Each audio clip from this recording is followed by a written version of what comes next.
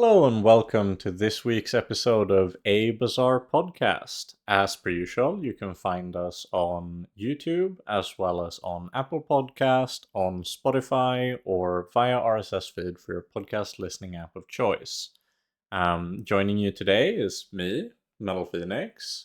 Sixten will be gone potentially for a couple of episodes as he is traveling for some summer vacations, but as per usual, we still have my co-host Walter joining us as well.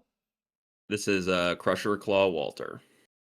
And finally, illustrious guest of the week, we have Trynet joining us. Why don't you tell people a little bit about yourself for those who might not be familiar?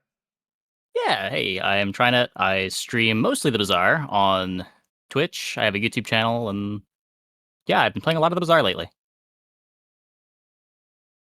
There you go. And how did you kind of end up with the Bazaar originally?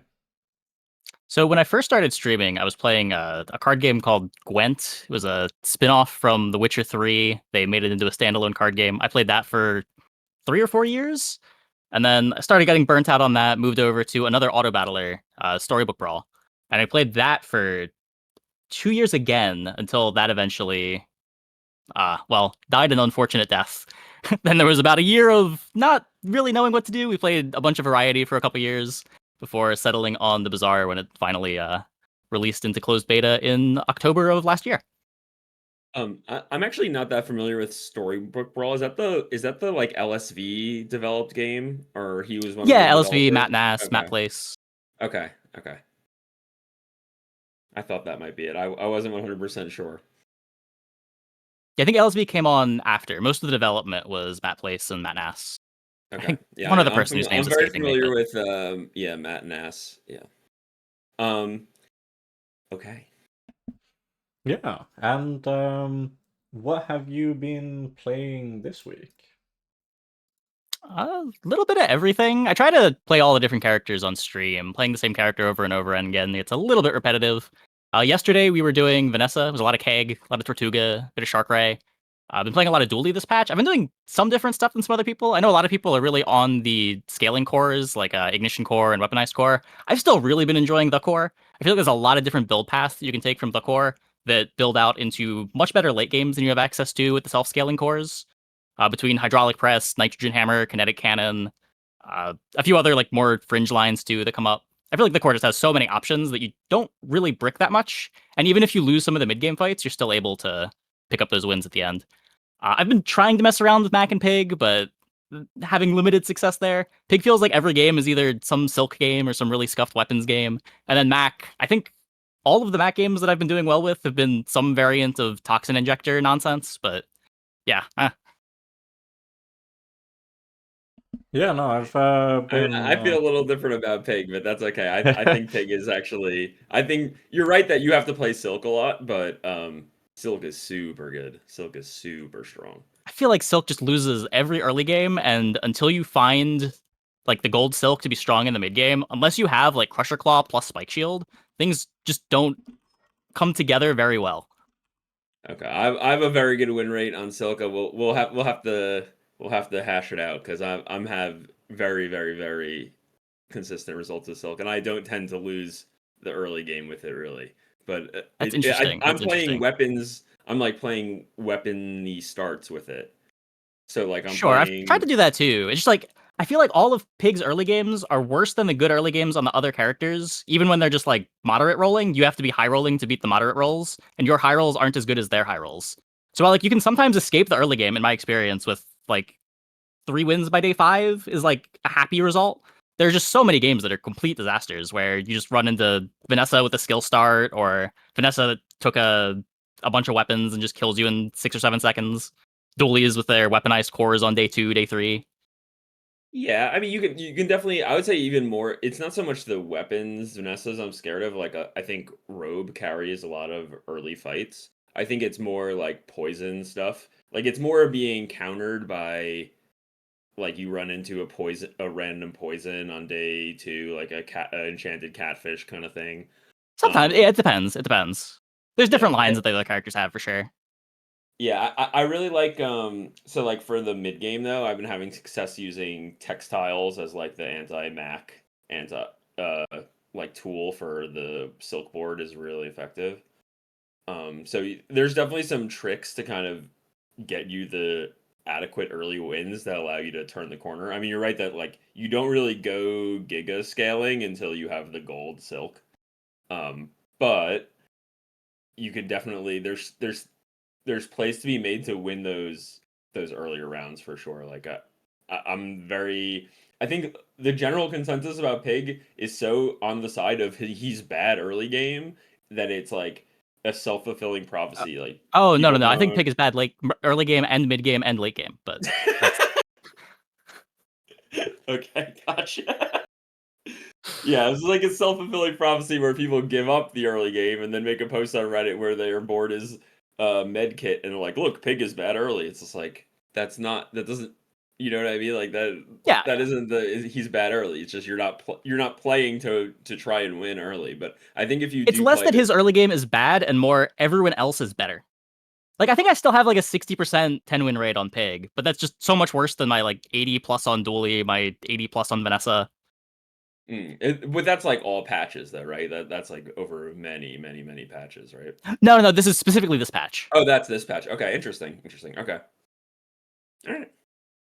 I mean, I've found consistency on him, but but I also like am going in the non-silk games. I'm going like 28 a lot, which is I think his other strongest Yeah, I keep build. trying to get that together, but like every time I buy a 28-hour fitness, none of the playable shield items are showing up.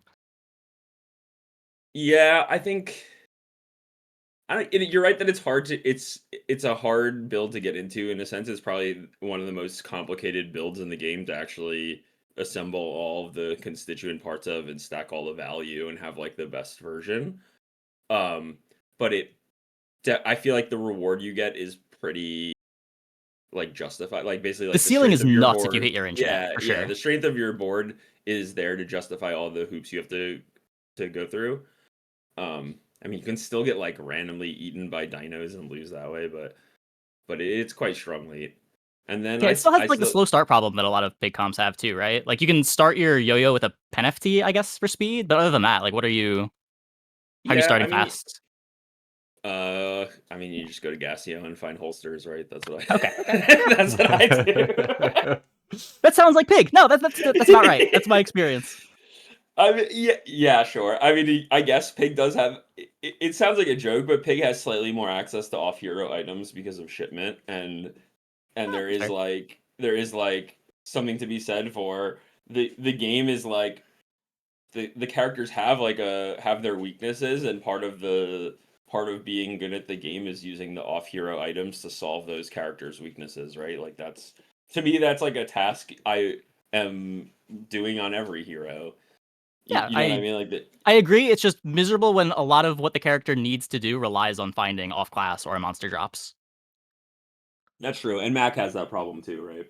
Yeah, but like Vanessa and Dooley don't have that problem. If you want fast starts, there's like atomic clock fiber optic stuff on Dooley. There's built-in stuff with like making your cores fast. Vanessa just gets holsters. There's a bunch of combo boards for Vanessa that just start at 0 seconds randomly. Yeah, it's true. Vanessa is very strong. I know Vanessa is strong because the Reddit isn't complaining about the meta, so that's how you know Vanessa is really strong. Um, yeah, I don't dispute that Vanessa is really strong. I'm just less doom and gloom on Pig is more my angle. That's I fair. just I mean, for what it's worth, I'm haven't been doing good doom with and gloom him. on Pig, even when people are saying Pig is the best character typically. So Okay, yeah. That I guess is the kind of discrepancy Metal is talking about, where when other people think something is good, you have the like a opposite take. But actually interesting he's just like that. never I'd rather fast, and I have want to be fast. That's true. yeah, he's That not is the fast. one thing that Pygmalion is typically known to not be, so Yeah, you have to be comfortable with like I'm very comfortable with having like just a higher HP bar be like the logical equivalent of going faster. Right? Like I I get just have in that. my head that okay, I have 16k HP on day 11, so it doesn't really matter if I don't hit till 7 seconds. Yeah, that's the And design in some philosophy of matchups it Pig. does. Yeah, sometimes it works, but like when Vanessa's got kegs or dualies or scaling to infinity while slowing your board and hitting you with freeze skills, it just doesn't work out. Yeah, I mean, it can not work out, but also like there's a number at which it works out, right? So there's like a point in which like you cross the line where like you're like even if they're perma slowing you, if you have a high enough number, For then you sure, for still sure. just get there. At least when we're talking about So the dualies, for sure. I agree yeah, maybe though with the that kegs you just can't win, but that's yeah, fine. I would I argue that think Mac.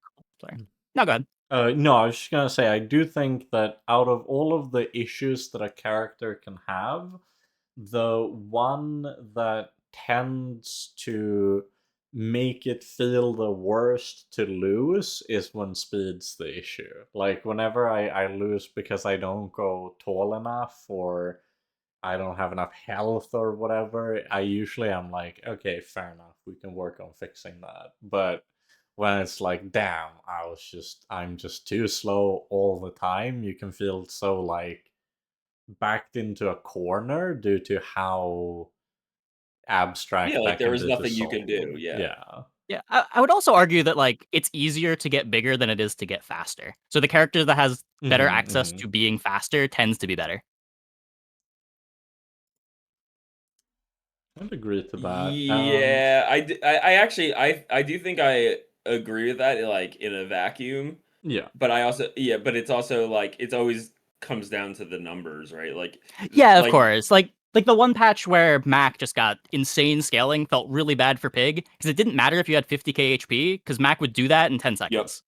Yep. Yeah, I mean I've definitely when Mac was stronger in his on stronger patches, I definitely felt like Pig was my easiest matchup. And I I think that persists like I've always felt like Pig kind of feels better the weaker everyone else is, rather than being about how strong he himself is. Like well, he any hasn't any gotten real changes in like 4 patches or something. He's yeah. basically the same character.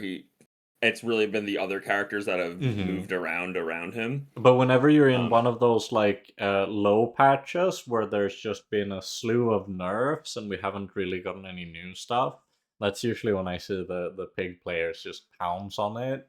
Probably well, because that's when base HP as a stat tends to be the most effective. yeah, I mean, and that's kind of where I'm at on this patch. Is like it seems the meta seems like kind of settled in a way. Like there's like not something that's like overwhelming like the way Freeze Mac was or the way like the original Dinos was. And so I think according to that logic, that should mean Pig should be like okay.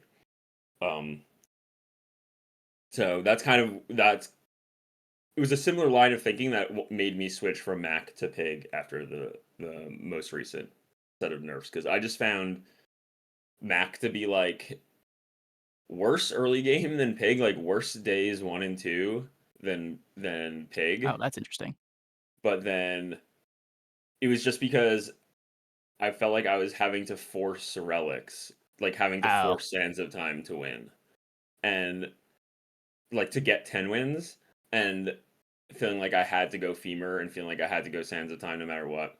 And then so it's like you end up, I don't know, warping your play, and then those, the quest items just make you lose early, right? If you just spend all your money on quest items, you're probably just going to lose. yeah, I had a bit of a different experience playing Mac today where because I was trying to do the gold skill starts. The gold skill starts were terrible. Don't get me wrong. Gold skill definitely not the pick. However, it did put a sort of interesting constraint on the quest items also didn't really become playable. So I had to find like some other lines I could take to still get to 10 wins. And the Yeah, it's like injection playing system adrenal pre. converter lines are still good. Like they Yeah, still get to 10.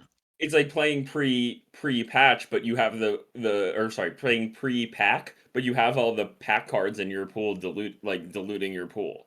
So I Yeah. agree with you. It's like yeah, that should yes, going skill scar allows you more readily to win early, absolutely. But also Oh no, like the gold skill start precludes was terrible. you. You should still click income. Yeah, But I don't think you're yeah. supposed to be forcing quests every game. Okay. Maybe that's the issue. I felt overly weak with the self poison stuff since the lifesteal cleanse removal. Yeah. So like I've not been so really liking starting burn items on Mac. Just like candles, bottled yeah. lightning, Okay. that kind of stuff, and trying to ride that tempo into a pivot later in the mid game. Okay, maybe I'll go back and give him more of a second look. I was And do you very then disheartened like by pivot library change. into kind of a later adrenal converter play Yeah, style you try to then? find injection system, pivot into Yeah. that. Sometimes find apothecary, sometimes find your femur. That's an interesting way of doing it. I should definitely consider that. I Yeah. haven't played any expansion Mac since I've been just stuck on Dually. And speaking of, I've been curious. I've been feeling the same way you do that like the core is kind of the place to be now. Except some games I still click Primal Core whenever, especially if I have Tank Yankee specifically early. Mhm. Since the core itself is a dinosaur, that always feels pretty good. But other than that, usually on the core, what do you like to pair it with the most? What have been your like go-tos for that? I think the strongest thing to do in general on Dually is if you can find an early hydraulic press, but that's not Yeah, happening all the time. Uh, I'm happy if I get a kinetic cannon. I'm happy if I get a nitrogen hammer. The thing with Dually is you it's kind of just got to find one of your mid game silvers that you can build around and then commit to it. yeah. Okay, no, that's. I was actually talking to Walter just before you joined the recording VC, but that's exactly what I've been doing Yeah, too. It's it's just literally what he said, either basically. nitrogen hammer or kinetic cannon, especially because it feels like they have such good overlap in terms of wanting many of the same items, right? Mhm. Yeah. Sometimes you find like defense grid at silver or gold and you just go force field from there, but that's Yeah. a little less common. But I do like that a lot that Dooley currently feels like he has so many branching lines that you can go down that it's such a contrast compared to when it was usually like force drill or force bugs or force drill bugs type bit. Yeah, I have a slightly different take on drill. I feel like there's a lot of variety inside of the drill comps with like different Yeah, I monster agree. drops or depending on what There items you used to saw. be. Yeah. Yeah, yeah, More yeah. so there used to be when there was more interesting drill skills in the game and there was more and it was like before the bugs were released. I thought drill was much more of you had a Huh. different board every drill game and you played it in a different ways. Like sometimes it was your carry and sometimes it was just like your engine Yeah. and there was more variety to it than there is I now. think right after bugs came out, I think it got a lot more linear. But I think the patch after Yeah. they nerfed the slow end frost bugs to silver, I think we were back to a lot of different things that you could build out the drill boards with. Okay, that's fair. I wasn't I was Have a you Mac been enemy that patch, to be playing at frank. all with drill recently, or is it just not that good after the nerfs I that think it took? I know I've had a couple drill games this patch that got to 10. I haven't been going out of my way to play drill. Usually, if I'm playing drill, I'm trying to play it with ignition core, or if I'm trying to do some weird companion core setups. If I want to like flex between drill and finding a ballista. Right. Uh, but yeah, I don't know. Drill hasn't been bad when I've tried it. It doesn't need to like find metronome or get monster drops typically, but It is when you find the pieces, it's still good. interesting. No, go on. No, I finished. Go ahead. Yeah, no, I was just gonna say it's interesting on the topic of ignition core. I haven't played around with it much, but the fact that you now have that like plasma rifle as a potential Mhm. alternative to just running it with drill makes it feel more interesting to pick that one up as well. Yeah, I haven't messed around with plasma rifle at all. I haven't had any rifle games, but it does seem interesting. Yeah, I've heard mainly that the numbers on it at least are very good. But I haven't tried Is that going line for more it. in the camp of like the when you're doing like tempo scaling core, like I'm hoping for shielded on my ignition core build or whatever, like that? Because I I do think play so. against that a fair amount, which is like the like burn core dually with shield or heal on the core, and then just like plasma rifle and like six small burn items or whatever. Mhm. I think the biggest thing that I would imagine plasma rifle really provides is that the issue with, at least how I perceived the main issue with drill boards was that obviously you had like two routes. Either you can try to have some defenses and actually go for a bit of a scaling comp with its engine, but that usually relied on getting a good defensive enchant on like the core. Um, Mhm. and if you don't, then Dooley just doesn't have any compelling mid-late game defensive options that aren't freeze currently. Now you do kind of have Plasma Grenade too for slow, but at least at that point in time, it was very like you're reliant on enchants if you want good defenses.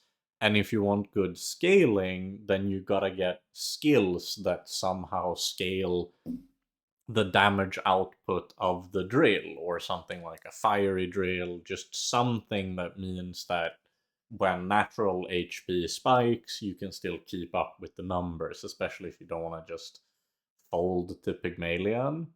Um, but Plasma Rifle kind of has that portion built in, right? Since at Diamond, it's 60 damage each time you burn from any source, with something like a hotspot or like warm hug, or these much more like generic, easy to find skills that do any kind of burn, or getting like just getting the ignition core really quick, or finding incendiary rounds. If you find anything in the game that gets you a ton of burn triggers, it scales pretty quick. Yeah, that's true. I guess the big thing that hangs me up on it is that unlike Nitrogen Hammer, which rewards you for just applying a bunch of interaction to the Mhm. opponent, Plasma Rifle really wants you to like double, triple, quadruple down on just getting more burn, which doesn't feel like what I want to be doing on Dually typically. I really want to have those interaction pieces. Yeah, I guess it's maybe comes down a lot to it seems like a nice line to get into if it's compelling to be doing a lot of burn stuff in the early game, so you kind of transition that into the plasma rifle as your like mid late game closer to try to get a tempo win from just burn being good tempo. Whereas now it's recently been feeling like I still go railgun a decent bit early. I just, instead of picking crit core and forcing it all the way to 10, pick the core and intend to switch out of it after, like day 4, day 5, day 6 type bit. And if that's what you're in, then it's hard to pick up compelling burn pieces that would let you smoothly transition into plasma rifle, right? Mhm. Yeah, I think it does make sense that like there's not that many. So because Dualies like early burn items aside from rocket launcher are not really that strong, it's Hmm. like hard to find. Seems like it would be hard to find yourself in the position where you want to pick ignition core in the first place. So it's Right. like a hard line to get into because it requires something very specific early to happen where you happen to get a bunch of burn items, like probably Dave, plus maybe you got lighter from Pyro or something. Like a lot of things would have to go like in that way to really induce you to click the ignition core in the first place. But if you actually think that that's like the strongest strategy and you're playing towards that, and you actually are like, I just have like 8 in Uzi, like just generic stuff, and then you're clicking ignition core, then it's like you could probably find that 10x enchant in probably like 60% of your games at least.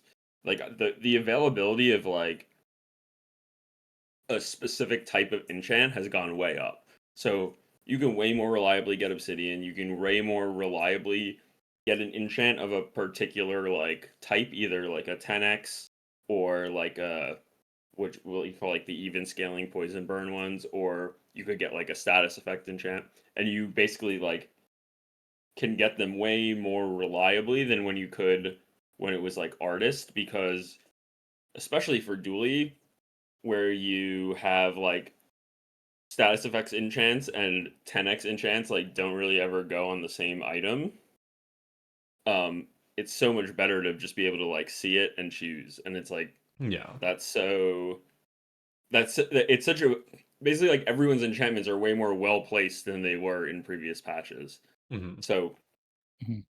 it does make sense that like okay, I could reliably get like shield, heal, or obsidian in my burn core in a high percentage of games, and that does seem strong. It doesn't seem super strong like on day 14. So you have to be like a chocolate bars like super tempo gamer if you're playing that, I assume. Are we calling buying chocolate super tempo? Even when I'm playing for late game, I'm often buying a lot of early chocolate. No, but I just mean like you don't really have a choice, right? Like Sure, sure. that's like a win by day 12 or complete bust kind of build, right? If you're actually Yeah, sure. doing like core carry ignition core or whatever, like that one I think if you really get has to. Obsidian, it does sort of play well. If you get like Obsidian and a couple of free skills, it does put out a lot of damage pretty quick. That's fair. Maybe Obsidian gives you even later. I mean, if that's true, then it's even better than I'm giving it credit for, right? Like Yeah. because like Obsidian is extremely easy to get right now. Like you just have so many shots at Obsidian, I've and um, I've also started valuing a lot going for nodes that give you skills in the early game on Dually because I've found that it's fairly easy to just stack up on a couple of copies of just like keen eye and especially right eye, though left eye also works depending on the specific comp. But just having, if you have like 20% base crit or something as you start getting into the end game, it's much more feasible to have like wolf talismans and gumballs make up the remaining amount you need to have crit be like a real factor in the end game.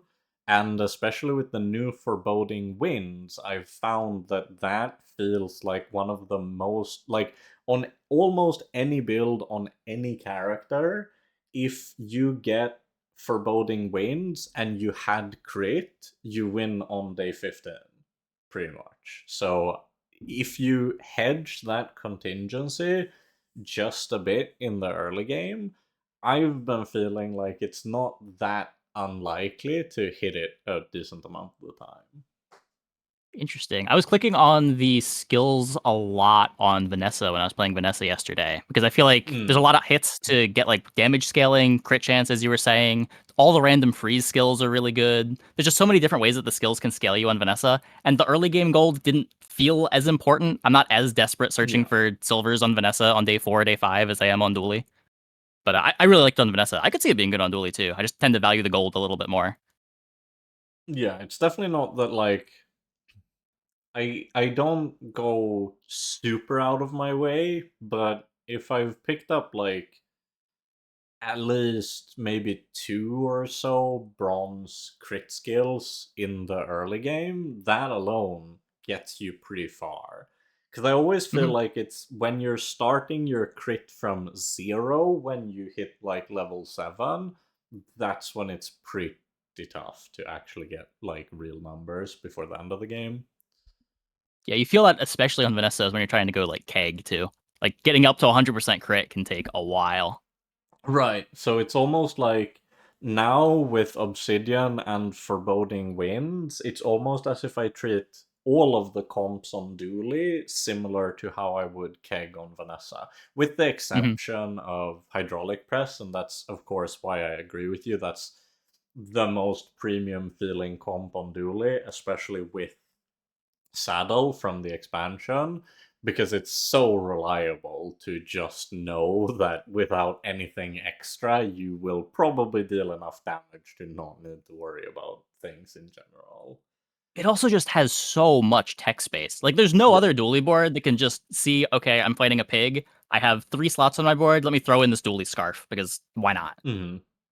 I also think it's such a big deal with that comp in particular that if you ever find it even much later at gold, and especially if you find it enchanted with obsidian, which I've had happen before. Um, if you only eat like that little dinosaur that has three Yeah, million tags, it's got a and then billion like tags for some yeah, reason. and then like one generic tech item, it's set up. Like that's all you Hmm. needed. Um, and so I think that part of it too, the fact that some of the newer items really let you fully set it up over just maybe 3 combats, makes it a very quick transition if you need it to be. Yeah, I think people drastically overrate how many tags you need to eat on Mhm. hydraulic press for it to be good. It cares way more about upgrades than having a ton of tags. You get the tags so fast. Yeah. And especially because Dooley has such easy access to some of the ones that for other characters are like the rarest, like Dino and Vehicle. Trollosaur's randomly a dragon.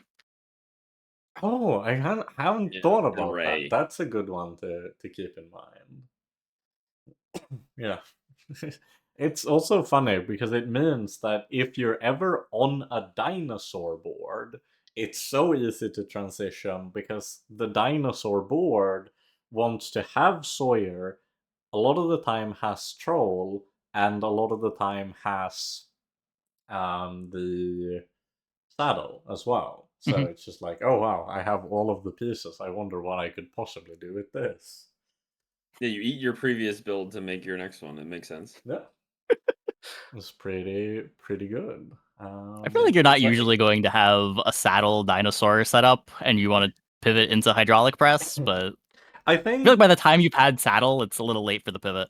it's interesting because I think it's more realistic now because we have Specs Rex, and this is a bit theoretical. I True. haven't found myself in this exact position. But before, it always felt like if you were transitioning to saddle, it was because you had 1,000 damage on your Sawyer, and then there's no Mhm. reason to eat it. But now, it does feel like it's not that unrealistic to just be sitting on a Specs Rex and want to potentially spec into some kind of saddle tech, especially with thrusters. Mhm. Or even better, if you get that ventriloquist skill, that's such a disgusting skill on Dooley. I forget what the actual name of the skill is. uh, free I ride. have clicked on that fight one time since Free it was ride, yep, yep. introduced. I I I didn't I even know got he it had the a other day skill. on. So Yeah, his skill it's really is good. your That's sick. rightmost item is a vehicle. Your vehicles have their cooldowns reduced. Oh, that seems real good. Yeah, that's slightly powerful of a Yeah, it's Shame really skill. I'm good. never gonna click on this guy still. He has He a big loot table though. He has like 9 items or He's something, or 8 also very items or something. scary. One time I Yeah, just he's hard to went beat like, too. I'll just press that guy and see if I get the vehicle skill, and he just murdered me. I just died. I was like, what? He has Yeah, he's random basically crits, right?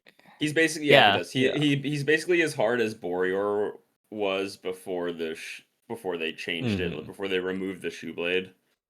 When Boreor was more random, he's about that difficulty. Maybe a hair bit easier than that. Speaking of really cool day 2 fights, Giant Mosquito, I'm still waiting on getting to make the plasma grenade proboscis dream happen. I want it, I need it. It's I'm powerful. I only want to see one monster on day 2, and his name is Crab. Crab's pretty good too. 25% chance to get hard shell is just that's hard to pass up. Yeah, and 25% chance to get Crusher Claw, my beloved. Oh, Like that's true. Yeah, you're a silk gamer. like it's Only a pig enjoyer wouldn't be excited at the prospect of getting proboscis. It's so funny too because for the longest time, Walter Coolest was notorious for being a dually only player for like an eternity until Mac came out, right? yeah, pretty much. I obviously I played Vanessa when I first started playing, but I've Now Sixten stares in abject horror and his fallen comrade as he's become a yeah. pig enjoyer. But Dwayne was really poop for a long time. Here's the thing: I just played other characters, 6 then, and just like got depressed. Right? That's the difference. The two paths a dually main can Yeah. take. Oh.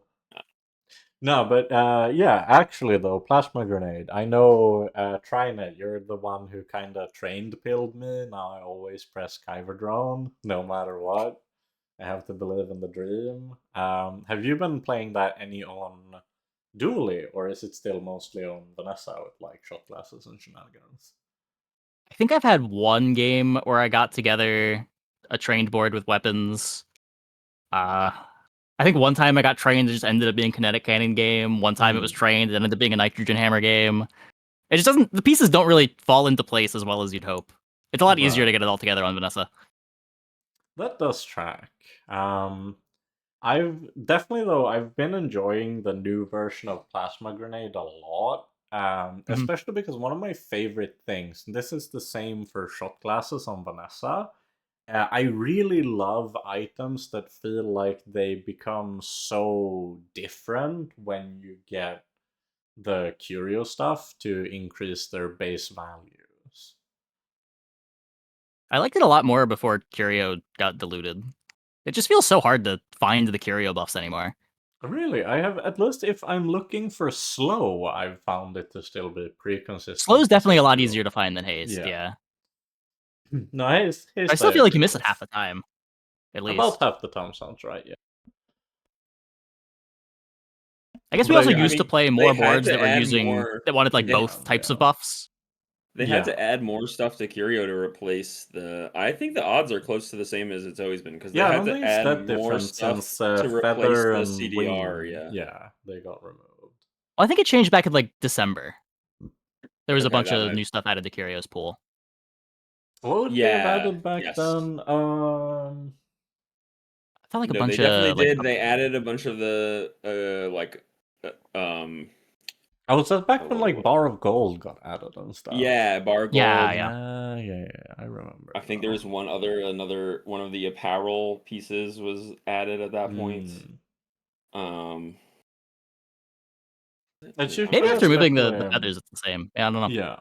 No, I feel like it's especially nice to. I'm much happier going there fishing on Dooley than I am on Vanessa generally.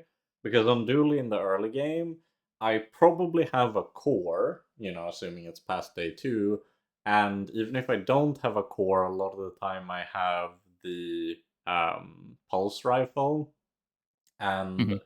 that always makes it feel like it's nice to go to Curio because it's worth a node, even if you just get like a magnifying glass and a fang or something. And then if you get the slow stuff, I'm always buying that and just hedging the plasma grenade since it's so easy to find. Yeah, for sure. Okay. What have you been playing on Vanessa actually? That's one of the characters that I've been thinking about going back to, but I'm still sort of hearing people mention that it feels a little bit like a decent amount of the time you're probably supposed to just go into single weapon stuff still. I almost never play single weapon. I Okay. have a lot of Shark Ray games, a lot of Keg games, a surprising number of Tortuga games, considering how much I don't Okay. really like the aquatic stuff. If I get trained, I'm often in some kind of multi-weapon setup with shot Right. glasses. If I get a proboscis, I'm almost certainly leaning into proboscis most of the time. Yeah, I Um, could I could see it being nice again. I really like the aquatic stuff, so I think I mentioned this on last episode too, but the main reason I quit Vanessa was because the saloon stuff and the depth charge stuff felt considerably weakened by the extreme prevalence of clans and especially lifesteal clans at the time. yeah, It was like if you're playing status effects in the mid late game, you might just be screwed. I think yeah, I Saloon is still, probably the most played Vanessa build right now for my Yeah, opponents. I've been seeing a I lot think it more of is that. too, and I feel like it shouldn't be. I feel like every time that I see a saloon on in my shops, I consider buying it, and then I look at it. It's 6 seconds. It doesn't play well with holsters. It doesn't play well with shot glasses. It just never fits on the board. I never want to play a saloon. I mean, it I may be wrong. I mean, that kind of is like a relates to our topic of the week, right? That's a kind of a perfect Yeah, example of it in a Yeah, way. we can move on to that. The topic of the week that we thought to discuss was how it's very interesting due to the way matchmaking works in the bazaar, where the quantity of builds matter a lot more than who is actually playing them. It kind of creates this scenario where the player-based perception of strength will have a higher impact on the actual metagame that's represented on the ladder as compared to what might actually be the strongest. And I think it's very possible that Saloon is a good example of that. I've always seen that as a board where I like to use it as a hedge to play, either if I get good enchants to go with it, or if I just don't find the shot glasses, but then I'm always willing to transition out of it if I do find the shot glasses. A lot of the time, even if I'm on Saloon, I'm willing to put my level 7 enchant on the pufferfish or anglerfish instead of the Saloon itself, and just hope I find natural upgrades for that.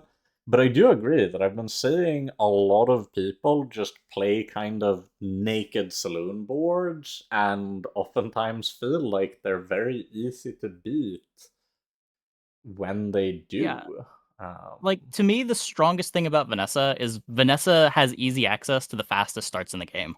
Especially if you're trying to play like friend pufferfish stuff, it is really easy to have your combo starting at 0 seconds. You get like 2 freeze skills triggering at the start of combat. You get a Clamora to slow an item on the opponent's board. And even if you don't kill for 5 or 6 seconds, your opponent's not killing you either. So when you give up on that in order to spend 3 slots on your board to play an item that doesn't activate for the first 5 to 6 seconds if you don't have it at diamond or gold, it's yeah, it just feels like not what the character wants to be doing. I'm wondering if it's because I know one of the opinions that I've enjoyed hearing you speak out loud on stream, because I do quite agree, is that I know you've been a little bit of a notorious pufferfish hater, um, especially Yeah, it's in not a the real damage item. past. Yeah, it's not a real damage item. This is not always entirely true. There was Yes, it just is. like there was one patch where like you'd have like 200 poison on it, because like every time you leveled up you got a million poison on your poison things, but that was like, was that a day, I think? It was still That- poison. Yeah, it was still poison. That's Poison's not a also win very true. condition. I'm a That was little bit also of like six months ago, and it only lasted 2 days. But yeah, okay. yeah. That's about how long Even that felt patch, you like, didn't want Puffer to be your win condition. I'm a little bit of I'm a slight poison believer, because I do like elemental depth charge, but that's probably the one time. That's a freeze board. Yeah, that's true. That's true, and I do sometimes play like Yeti crab pufferfish, but again, that's the same idea, Still a right? freeze board. Yeah, you're abusing the fact that Clamra and holsters give you like 3, 4 start of combat freezes, when you also have like poison freeze, crit freeze, slow freeze, haste freeze, and then all of those amp the poison, and then they die. But I think that's kind of the reason I brought up pufferfish specifically, other than the fact that I enjoy someone agreeing with my controversial take of pufferfish isn't very good as a damage carry and never has been. Um, it's because it's a good illustration, right? Because we have mentioned boards that play pufferfish and are strong. It was kind of the same thing when you used in the peak charge meta. Oftentimes you'd use pufferfish as the engine to fuel your with turtle shell Eye of the type Colossus. stuff, or Eye of the Colossus. I think I've even heard and seen some people do Pufferfish Crane back in the day. Yeah. Yep. It's another classic. But people look at all of these boards that are clearly really, really strong, and they see the pufferfish, and they think the pufferfish must be the reason the board is strong. And so they play very pufferfish centric boards. I remember that was like such a common thing to face on the ladder back then, right? You just run Yep. into a board that was clearly a pufferfish board, and then you'd like whack them with a sword, and they would die. And you'd be like, well, you should have puffered my fish. I wonder if that's a lot of what it boils down to, right? The fact that it can be hard to, at a glance, parse what it is that's making a board strong. I know you have similar opinions, right, on Crook. Do I? Well, I still Right. I'm gonna jump in and tell you Crook is good right now. Right, but I remember, and you can correct me if I'm wrong, obviously, since it's in this case me saying what I believe that you have said about the items. I'm gonna Oh, okay. default to your opinion, but no. So Trynet, I believe, has said in the past that people oftentimes conflate the reason why crook builds are good, which is they're good because caltrops and allal are very powerful items, and crook just happens to oftentimes be one of the easiest ways to enable those. But ideally, the goal of any crook board should be to be good enough that you can cut the crook. Yeah. That I agree with, but I think Crook as a strategy right now actually is pretty decent. It I think it's good if you can get the pieces for it right now. I Mhm. just feel like I never want to be in the boards that can make use of it. Like I hate buying Dog and Regal Blade this patch. Oh, I would not. Okay, definitely do not buy. Those are not. Those do not belong on any board. But So, like, how are you? Like, what is the line getting you into Crook? just showcase. You just start with the showcase weapon crap with some lumbors, some flails, or whatever. Then you I guess that's find fair. I feel like whenever I'm playing Atlatl, those boards, I'm always leaning on Lion's a bunch of Cane, small whatever. weapons and never want to add Crook to the board. Yeah, you have to be prepared. Like I play it where if I'm in the weapons board, then I'll hold the. I will play smalls, and then you kind of are playing lumbors and flail a lot of time, and those are kind of like the in between early pieces that's like what you would you if you find drum, then you drop those, and if you find crook, then you drop the smalls, and you kind of hedge those two lines for until you find one of the two. Hopefully, you find one of the two before you hit level 7 for your gold upgrade, and then you keep Atlatl in your bag, and you just put all your flat on Atlatl the whole game, and then that's actually fine even if you are drum because it's good to have a 1 second start on drum also. Um, and Yeah, that's fair. then Just a very different line than I'm used to thinking of for getting into Crook. Yeah, yeah, I I will think it's like say. an extension of the weapons board, basically. Like it starts in showcase, and then you go from, and you can play showcase for a fair bit of the game. Sure. Um, so yeah, that's kind of my road into it. And then eventually, the nice part about crook is, like you said, you can get rid of the crook eventually. Um, and you can also like become like a Goose calls it apocalypse pig. Like basically, you turn your Atlatl into like a trigger for some nightmare item, like a Yeah, Iron you get to be a giant bad Colossus chain duelie. is or always yeah. the cool example. Not the best one, but it's usually the coolest one, right? The dream of every board is to end up playing Eye of Colossus on the final one. Yeah, I don't even know if that's the I don't even know if that's like the best. Yeah, that's definitely not the best version of what you could do, but yeah, yeah. You just you become some kind of one shotter or like another really good line with Crook is to get lethargy and then you play the game of like Mhm. item is 1 second and your item is all your items are a million seconds. And that's also really effective. So I Yeah, that line's a think lot. No, go ahead. sorry, go ahead. Oh, I was saying that line's a lot cooler now with Ladle being less popular than it used to be. I felt like when I tried to play Lethargy on Pig in the past, and like half the pigs on ladder were also playing at Ladle, I felt like it was Ah, yeah. way too common for the opponent to take advantage of the Lethargy more than I was.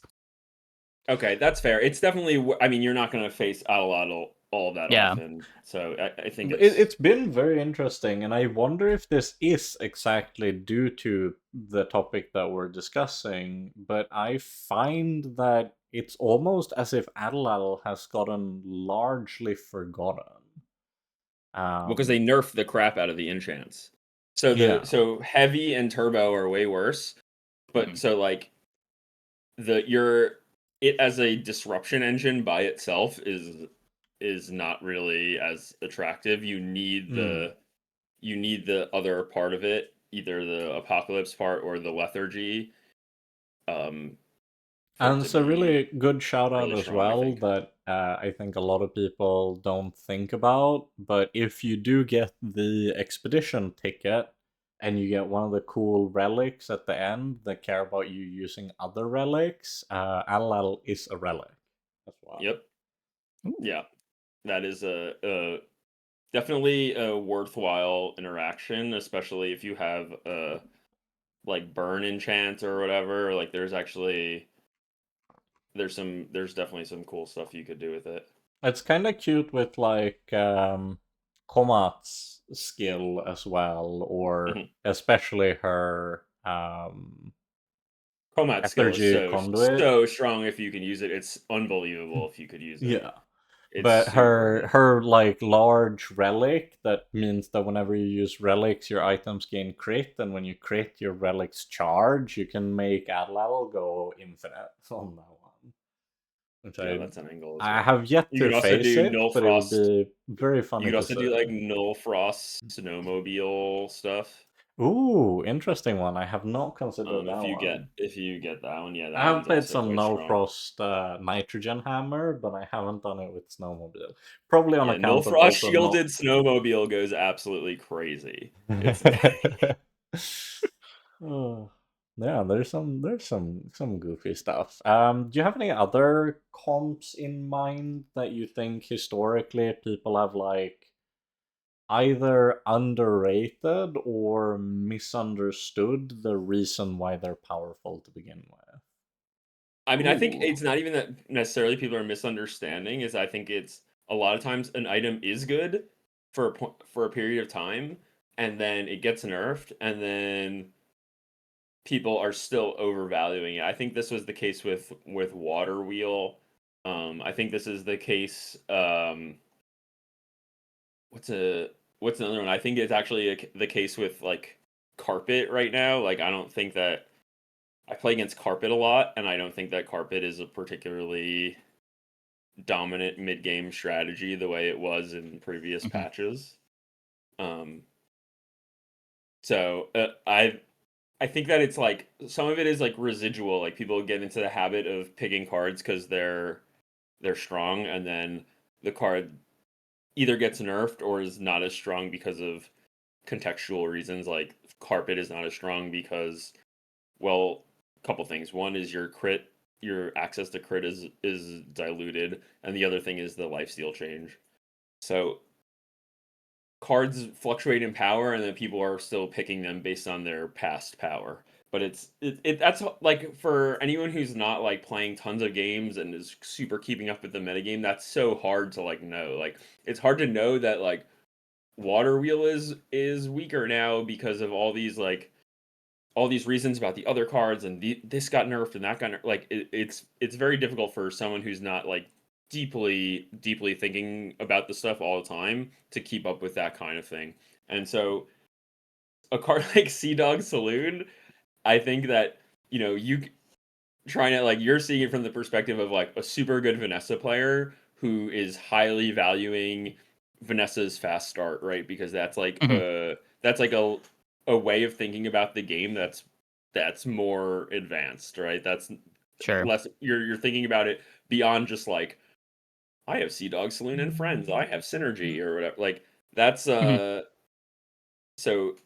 so your like criticism of Sea Dogs is absolutely valid, but also other players see a Sea Dogs in the shop, say, I have 5 friends on my board. Oh, this is the perfect card, and then they put it on, and it's not like horrible. It's Yeah. not like they're griefing out of their minds by doing that. So I think that's part of the why you see so much of it, and also like Vanessa by far, being the starting character, is the most susceptible to this kind of thing, right? Because Yeah, it's the it also most. gets into like what I've kind of been calling like the good enough effect, where because there's no matchmaking, you don't really need to be doing the best thing on the character to have an acceptable win rate, especially if your standards for winning are just like consistently getting 7 wins or whatever. Yeah. Which I think should be your. I will say, like, and this is something that Goose has been emphasizing on his stream, is that 8 wins. If you got 8 wins every single round, you would be like top 200 legend right now. So if you every single game, you'd be, if you got 8, you would eventually get to like maybe 200, maybe like 250 right now. So aside from Sure. the Uh, 250 people who are ahead of that, for everyone else, you should consider 8 wins a win. Sure, two things. It's also like not everyone is getting that every single game, but like some people are just happy, like, okay, half my games I'm getting to 7 wins, cool. And they're not really exploring, like, they're trapped in a local minima where the character can be so much more, but because they're not exploring the other options the character has, they're just spamming what is to them an acceptable win rate, but they could be doing so much better. Yeah, that's true. I mean, that everyone gets. I mean, I would say that I'm susceptible to that too. Like what we talked Oh about yeah, everyone earlier is. with Mac. Everyone is. Mhm. We're like, okay, you have this. I felt like I was trapped in going femur, and then by extension of that, throwing the early game by forcing the quest items, and like I maybe think it's a that lot is not the optimal way, but it was like where my head was at, and it felt like all I could do. I think it's a lot easier to be stuck in this game because of the lack of matchmaking. We're not used to being able to have as high win rates as you're able to get in games like this. Because Yeah. typically the game will like push matchmaking to where you have a roughly 50% win rate, and if you're doing that, you're great. Here, like the best players are getting 80% win rates on what they see as the best character every patch pretty frequently. Yeah. I also think another big aspect of it, at least that I notice a lot, is I can be very empathetic towards people who just don't have that much time, because that's often my biggest hurdle as well, is I just don't have time to play as much as I'd like. Mobile client when, please, I beg you. But besides that, because the runs take so long, Mm-hmm. and I oftentimes know that I only have time to play one or maybe two runs at any given point in time, it makes it feel very intimidating, especially when you've already sunk a chunk of time into a run to then go, oh, I'm gonna try this and see what happens. Because if I try and it sucked, then I've quote unquote wasted, Mm-hmm. my 1 hour that I get to do that day and made less progress and gained less resources. And in my case, thankfully, I'm sitting on an absolute pile of resources that I don't need to feel that much stress over it. So a lot of the time I will be willing to just go, especially because I do stuff like this podcast, right? So Yeah, we you could just talk to some of the best players and find out what I mean. Like, and also, if I try and you do, something right? Like, and it yeah, sucks, it's a fun thing to talk about on the podcast. And if I try something and it seems great, it's a fun thing to talk about on the podcast. For me, it's like a yeah, win-win. true. But it makes the fact that I'm still reluctant to do it, even though I'm in this kind of position where I don't need to care about the resources and I really value having fun stories to share with people on here. I can't imagine, or well, I can imagine, I suppose I should say, what it must be like if you're a player trying to scrape together the bare minimum of resources from your like daily free run, and it's like this might net me like 3 wins instead of 7. Feels Mm-hmm. scary.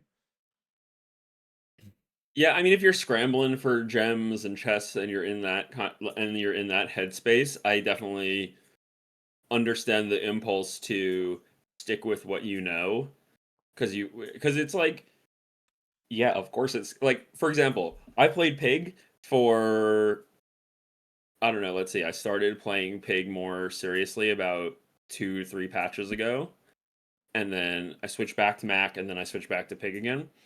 And it's like the first, I don't know, the first month of me playing Pig, I think I went freeze 0 times. Yeah. Just because it's Mm-hmm. like a hard, it's like not a in okay, so at the time this was after the dupes were nerfed, by the way. This is after like the duping was nerfed. So there wasn't really good early game lines into freeze. I mean, there still isn't, right? I've since gone freeze a couple times, but yeah, it just felt like intimidating to just spend like my whole econ on like a day 4 igloo or whatever, just like on spec for Mm-hmm. a freeze build that may or may not come, when I know I could be doing well with like the build I'm already on, or at least even if I'm not doing well in the game, at least I have a plan for that I understand for the build that I'm already on. Like, okay, I just need to find my drum, and it's like I'm not gonna get baited by this igloo. But maybe I should have been getting baited. Like maybe the correct play was getting baited by the igloo, right? Like maybe that's my highest EV move. But if Yeah. I'm not comfortable playing that line, it probably actually isn't my my highest EV move. Like playing a build I know well probably is, even if it like objectively it's worse, if I'm gonna play it significantly better, then it might actually still be the correct move to try and get the most wins in the game. So it is hard, like you are sacrificing something when you try and learn something new, like you're inherently going to be worse at the thing you haven't experienced. So yeah, it's tough. Like and what I think is cool actually about I really like the new rank system. I'm like a huge fan of it. And what I really like about it is that you don't actually have to care about your win rate until you get to legend. So you get the whole beginning part of your climb to explore and learn and whatever. And then when you get to legend, then suddenly like every loss counts a lot more.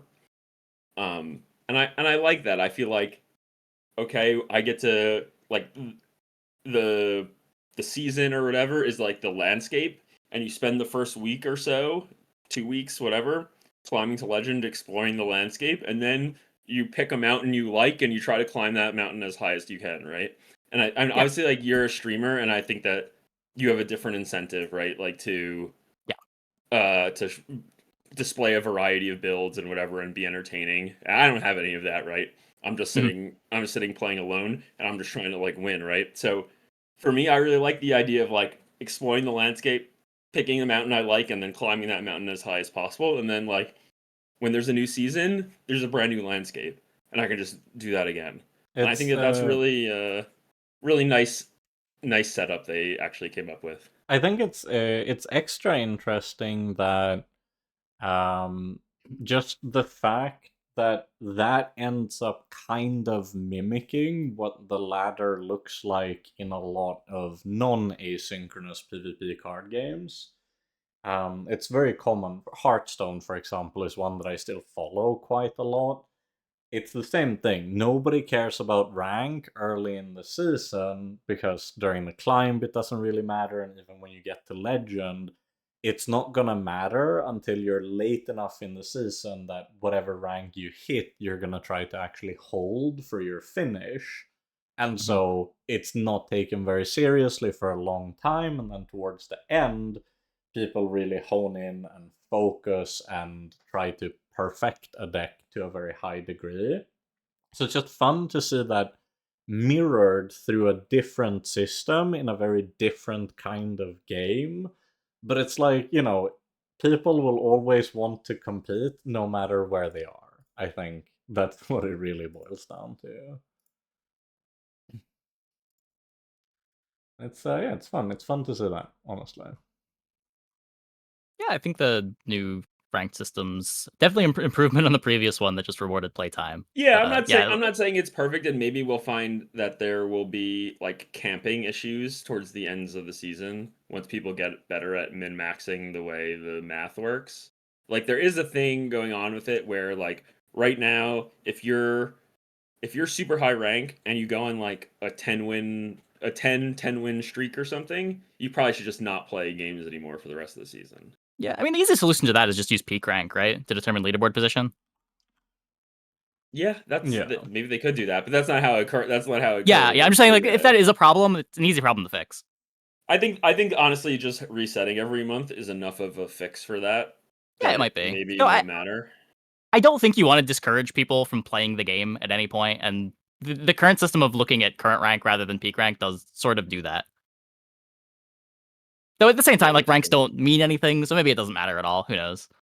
Well, yeah, and the peak rank thing does mean that like an outsized focus on streaking, like because of the way it works with like Like, the only way to stay above like 1,000 internal rating is with 10 wins, right? Because there's like the 10 win bonus term yeah, on but it's the already math streaky. You equation. just stop playing when you hit the streak you want. Yeah, that's true.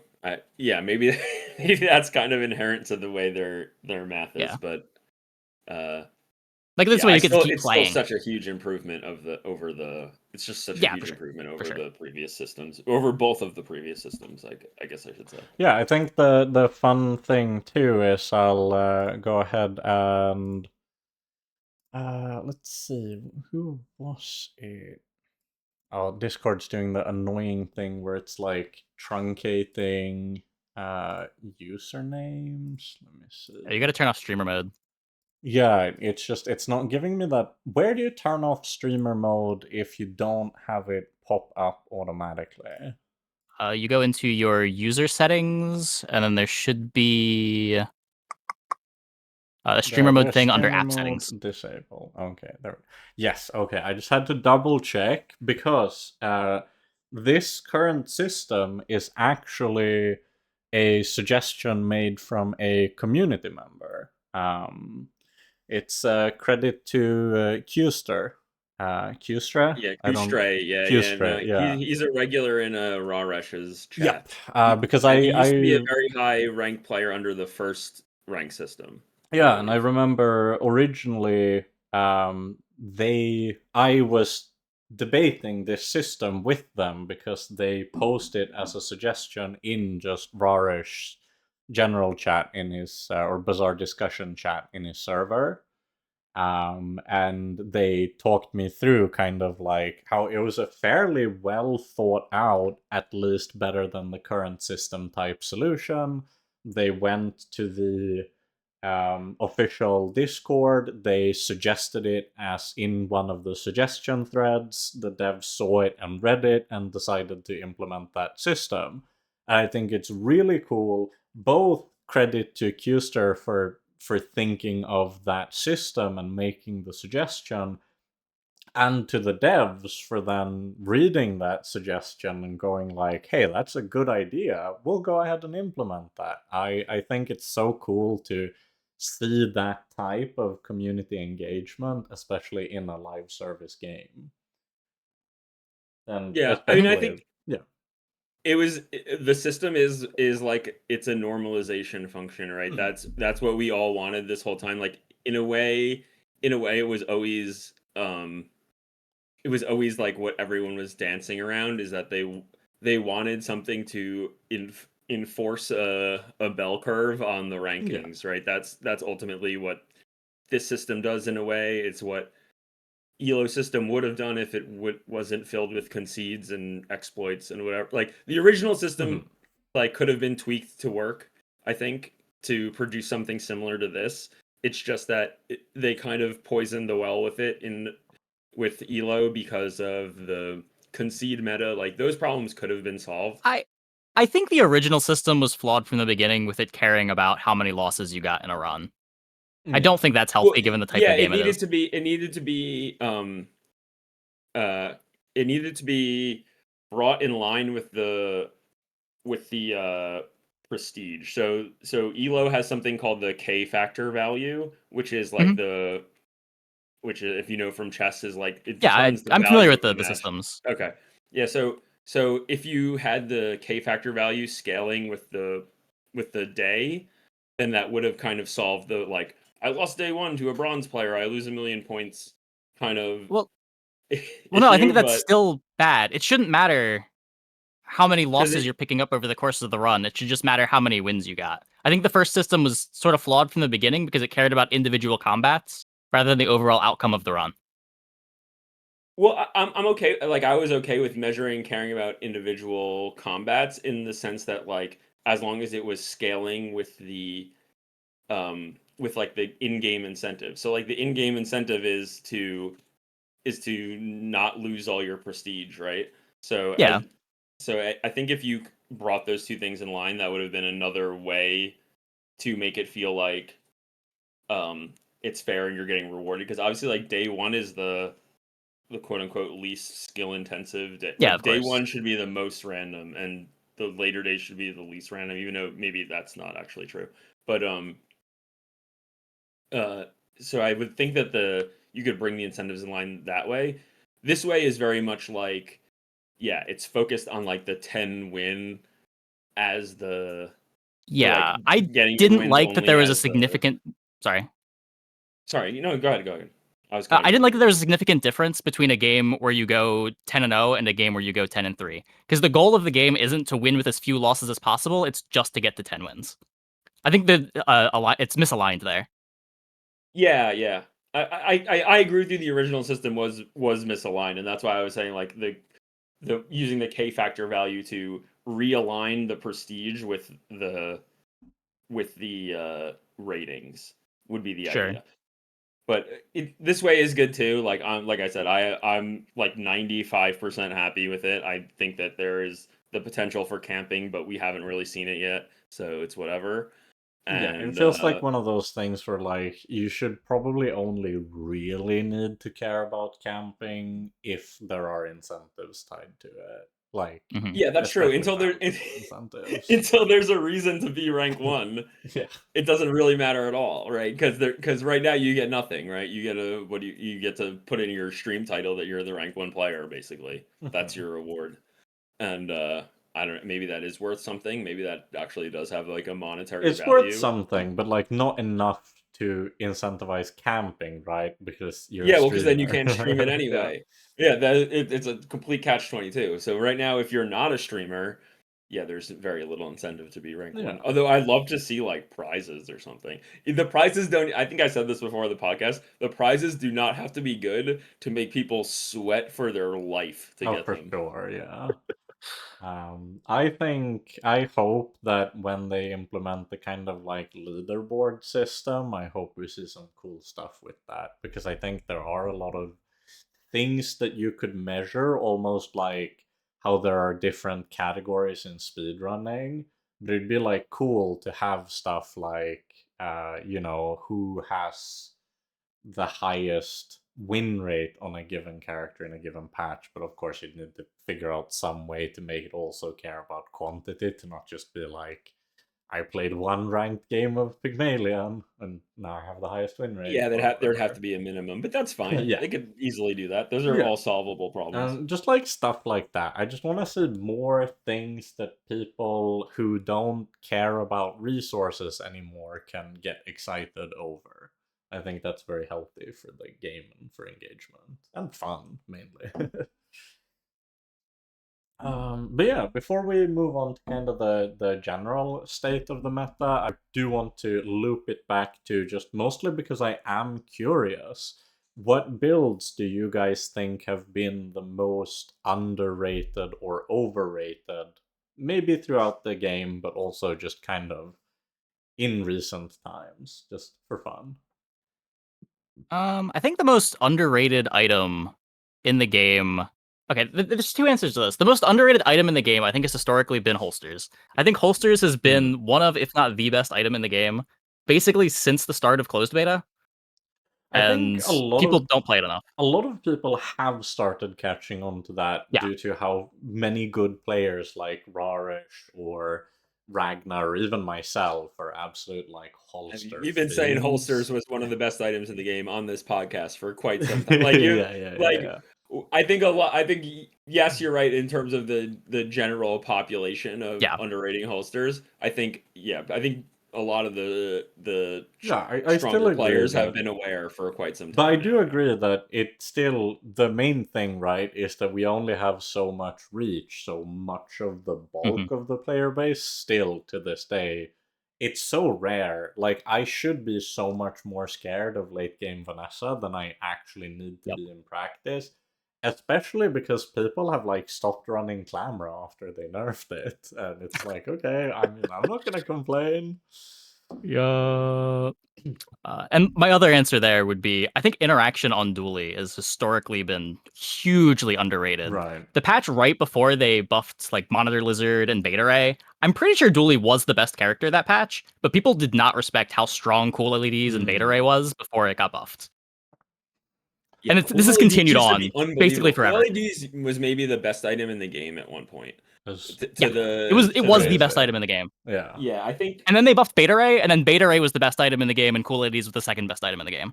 I've also noticed that even now, people don't play much Beta Ray. I think you're the only person that I see buying that item these days. There's not a lot of boards that it fits on. It's good on like kinetic cannon boards. It's good Hmm. on like the 3D printer, crude tools, the core freeze boards. I don't even know if it Right. fits on the average nitrogen hammer board. Okay. But it's a freeze item. It's just it starts at gold. It only upgrades to freeze Yeah. two things. 7-second cooldown. So unless you have a fast core, you can't do much with it. What's your like tier list of freeze items on Dooley? Coolant's definitely number one. Uh, Yeah. I almost never find myself playing Frostbug. I play more Isocoric Freezer than Frostbug nowadays. Yeah. Nitrogen Hammer, if that counts as a freeze item, is incredible. Mm-hmm.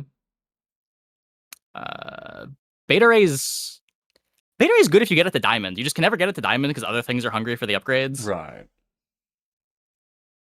And then, freeze skills are also nuts, if those count as items. Yeah. Those are probably like right below coolant. Do you at all play like the more niche ones? Like, you got Cryosphere, you got Ice 9000, you got Never. Pierre, Sea Shield. Oh, I have played Z Shield a couple times, so that's not a freeze item. It's a cooldown reduction item. It never activates on the boards that I play it on. Okay, yeah, so that one you just play for the cooldown reduction. It's no difference between the Sea Shield and the Zord. Yeah, they're basically the same item. Yeah. That's fair. Sometimes in the mid game you can play it with Force Field. You can get a little bit of shield out of it, but there it's more of a shield item than a freeze item. And Pierre still not something you play much? Which one? Pierre Conditioner. Oh, no, I played Pierre during the bug patch a little bit, but ever since then, Okay. it's never been able to go on the board. Yeah, I guess it's like not the. It's hard to get. It's harder these days, I find, to get a lot of friends on the board.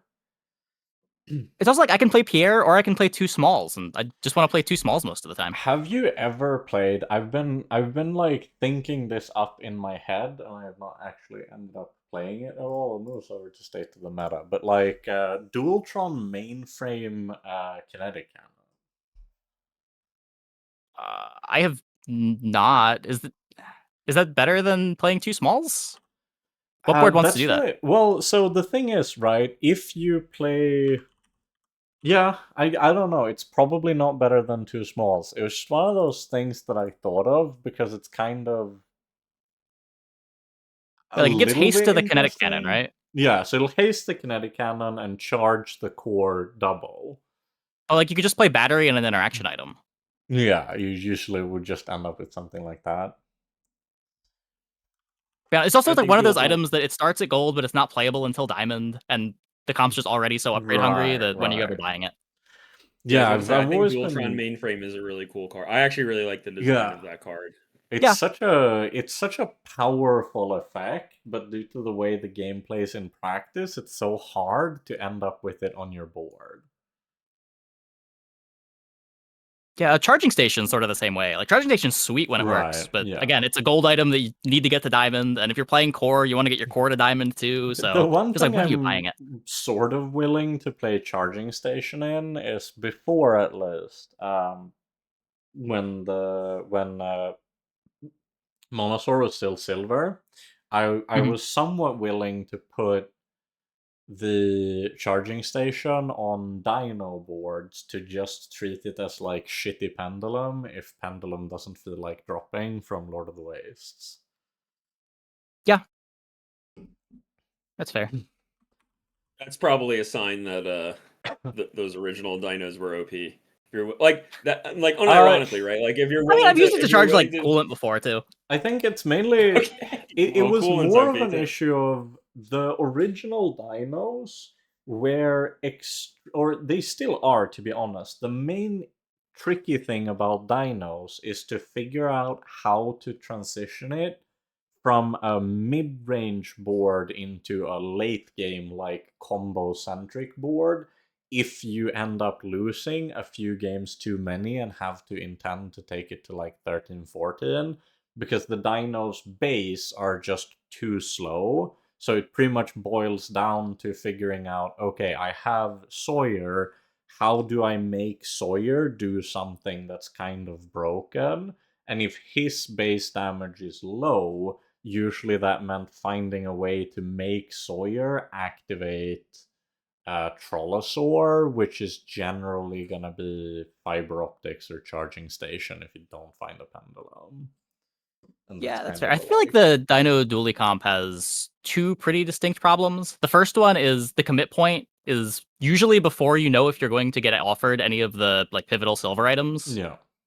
But also what you just said of if you do pick up early losses, if you don't find like Dino Saddle to get multi-strike on the dinosaur, things can be a problem. If you don't find like the battery maybe to do the Rex Specs version of the board, then you can have trouble Yeah. getting fast enough.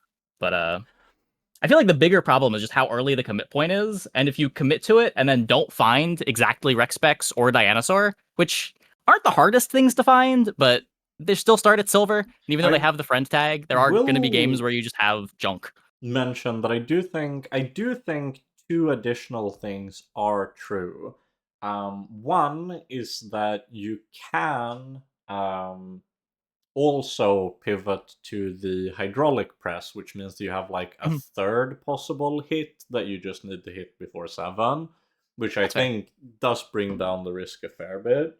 But the other thing is that I don't necessarily think you have to commit that hard to dinosaurs, because if you do find the good stuff, you don't necessarily need to actually run the primal core. So I yeah. So the thing about Primal Core is that yeah, you can cut Primal Core later, but if you don't take Primal Core, the dinos that you bought early aren't real items. Like Tanky Yankee is terrible if you don't take Primal Core. Mm. Dinosaur is not something you can put on your board. And at that point, if I don't have Tanky Yankee or Dinosaur, why do I want to be open to dinos?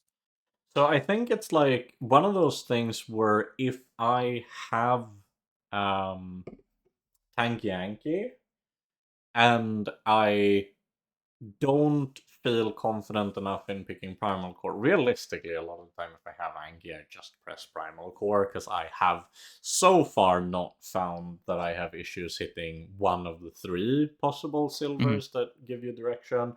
But in a theoretical argument, when I'd consider not doing that, would probably mainly be the fact that Anki is not that expensive to potentially just bench.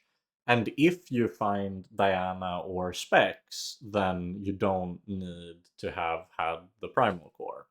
So you can just hedge Anki towards the possibility of finding Specs or Diana. That's fair. It's just if I have a Tanky Yankee, I probably want to be playing it. If I spend 6 gold on that bronze item on day 2, Yeah. and it feels like if I'm not playing it, I don't even care about trying to stay open to it, and I'd rather just pick a different core. I think that's fair. And I do think the nice thing about Anki Primal Core is that they are kind of the only 2 items you need for it to be very compelling. Mhm. Especially thanks to the pulse rifle overlap, where a Yeah. lot of the time I'll just run the Anki pulse rifle, Primal Core, Uzi or Arc Blaster or what have you. Especially when Railgun was still so strong, it was nice because then you just pick up the arc blaster and pulse rifle no matter what line you're going, and you're still fine if you get that and then you get tanky. Yeah, like that line is great as long as you can find one of the silvers. Yeah. And the nice thing then was that obviously if I didn't find one of the silvers, but I found the railgun, then I'm just selling the Anki. Yeah.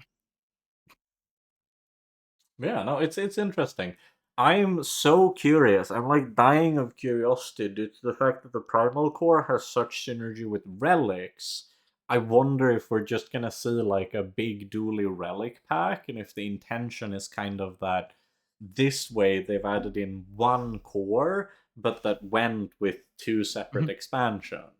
I don't know. That would be interesting.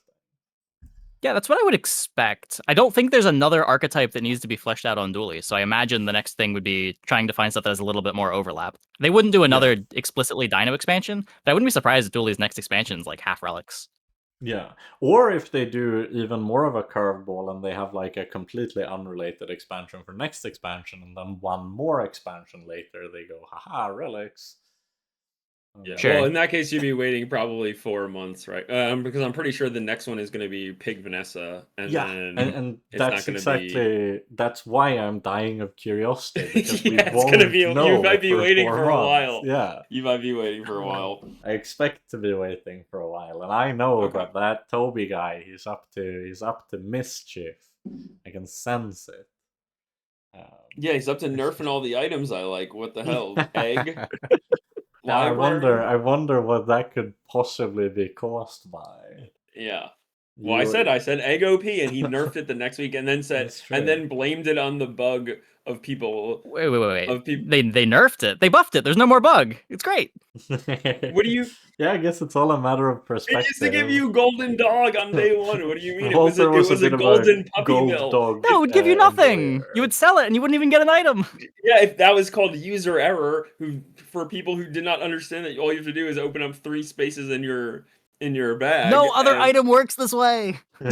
Well, that's true. Okay, it's true that no other item works that way, but I knew how it worked, so I never was subject to the bug. I was funny. I don't know if you heard. I think it was in the podcast where we interviewed Toby, but he actually said that the reason they did it that way was because originally they anticipated that the volume of people encountering the bug would be negligible enough that the fun implementation could still be worth it.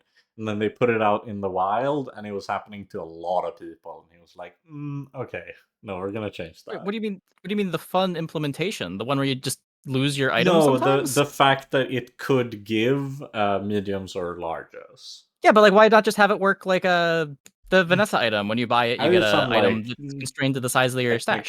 Technical constraints, I think. I Sure. wouldn't know that. That's beyond my pay. Sure. I think It's just like, obviously this is going to cause issues. I think it's to They've do with the previously fact that solved these issues with other items. I think it's to do with the fact that the Vanessa like disguise is like a true random item, whereas the egg is pulling from a pool of enchanted items that were For disguise curated. is a pool too. You can't get Vanessa items out of it. No. Well, yeah, but it's a random non-Vanessa item though. Whereas like Sure. whereas like for example, you could the egg items, or I don't know if they still are, but under the original implementation, they were a fixed pool of enchanted items that like had like some very specific OP things like golden dog that were like, did it? I thought it was just random friend with a random enchantment. no. It was not a random enchantment. You would get golden dog in like half of in like half of the time you got a medium one when you sold it at bronze. So I didn't know there was a curated list. Yeah, it was extremely OP if you like were just in the headspace of like, okay, I know what the bug is, I know how to play around the bug, and I know to buy this item every time. It was extremely OP if you were Walter specifically. It's still OP. It's still an item that you buy it and sell it. It's still an item that you buy it and sell it and gives you 1 gold. That's crazy. Yeah, That's we've been saying now that Walter is actually like the true villain of the Bazaar, because everything like Egg getting nerfed to Freezemack being everywhere on ladder, it's entirely Walter, 1000%. I did tell Rarish like the day before they buffed it. I was like, "Yo, Freezemack is good, by the way." And then they like buffed it the next day, and is the devil on people's shoulders, just being like, "Play Freezemack, play Freezemack, play Freezemack." And then also, there was one the B1 B2 thing. Yes. When B1 B2 was the best node in the game. I like figured out on day 1 how insane it was. I remember. And I was like going crazy. Like I was buying.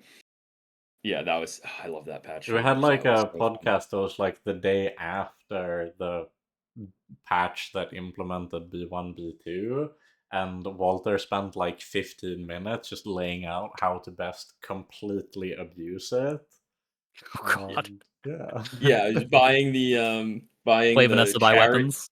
You go to Curio by the chariot. Yeah, sure. Chariot, gold bar. Yeah. Have all the money on day 2. Yep. 40 gold on day 2. Yeah. Yep. We had the strats. It was fun. I'm glad that we don't have that, but it was fun. Yeah, it was super OP. I think we mentioned this last time that I think that they should remove B1 B2 from day 1. I think it's like an insanely swingy node. I agree. But we'll see. Especially just because it makes you have to think way more about how you tune the like silver values of certain items.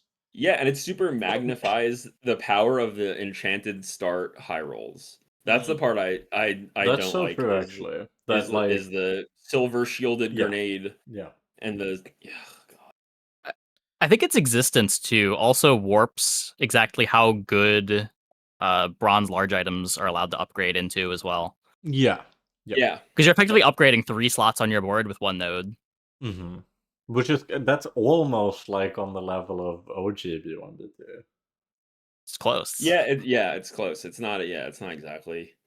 I mean, the OG one did that too for free, and then also Yeah. also had the broken option. So yeah, Uh, um, uh, yes, it's strong. sometimes. It's really strong. But how have you been feeling like overall? Where would you reckon that like the meta shapes out to? I've been feeling like it's pretty tight between the options. I've really been enjoying Dooley, but it doesn't feel like I'm like super dominant, nor that there's anything in particular that I completely disrespect. Just hero Yeah. wise at least. I don't know. I feel this most patches, but this patch especially, I feel like Dooley and Vanessa are like a level ahead of the other two characters. They just have the easiest access to the fast starts. Their fast starts are Right. pretty good at ending the fight pretty quickly. They have the best access to freeze skills. They have the best access to freeze. Holsters is absurd. Atomic clock is absurd. But like I think every character has their high rolls that get to 10, obviously, but it just feels Hmm. so much easier on Vanessa and Dooley. that's interesting. I think I would also rate Vanessa number one, and then but I think not by that much. And then I would put Pig and Dooley on a similar level, and then I would put Mac third. But again, not I don't think that the differences are so drastic. I think I it think that makes sense to speculate that Pig is in a better spot now because especially if Vanessa really is arguably the strongest, because I feel like the worse Dooley is, and especially the worse Mac is, the better that makes Pig.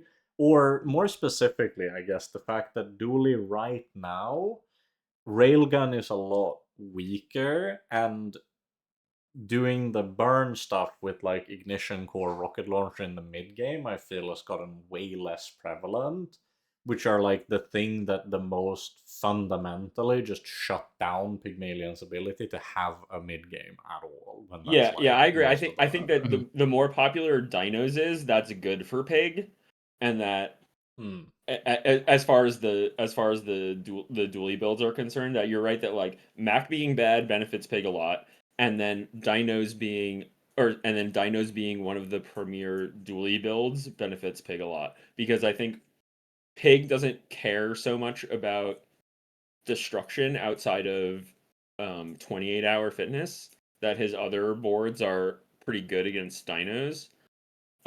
Like drum, like yeah, they can hit you. Like if they hit your drum, sure, but like that's very unlikely. Like with a lot of the pig builds, it's like they have like a 1 in 5 chance of screwing you over super bad.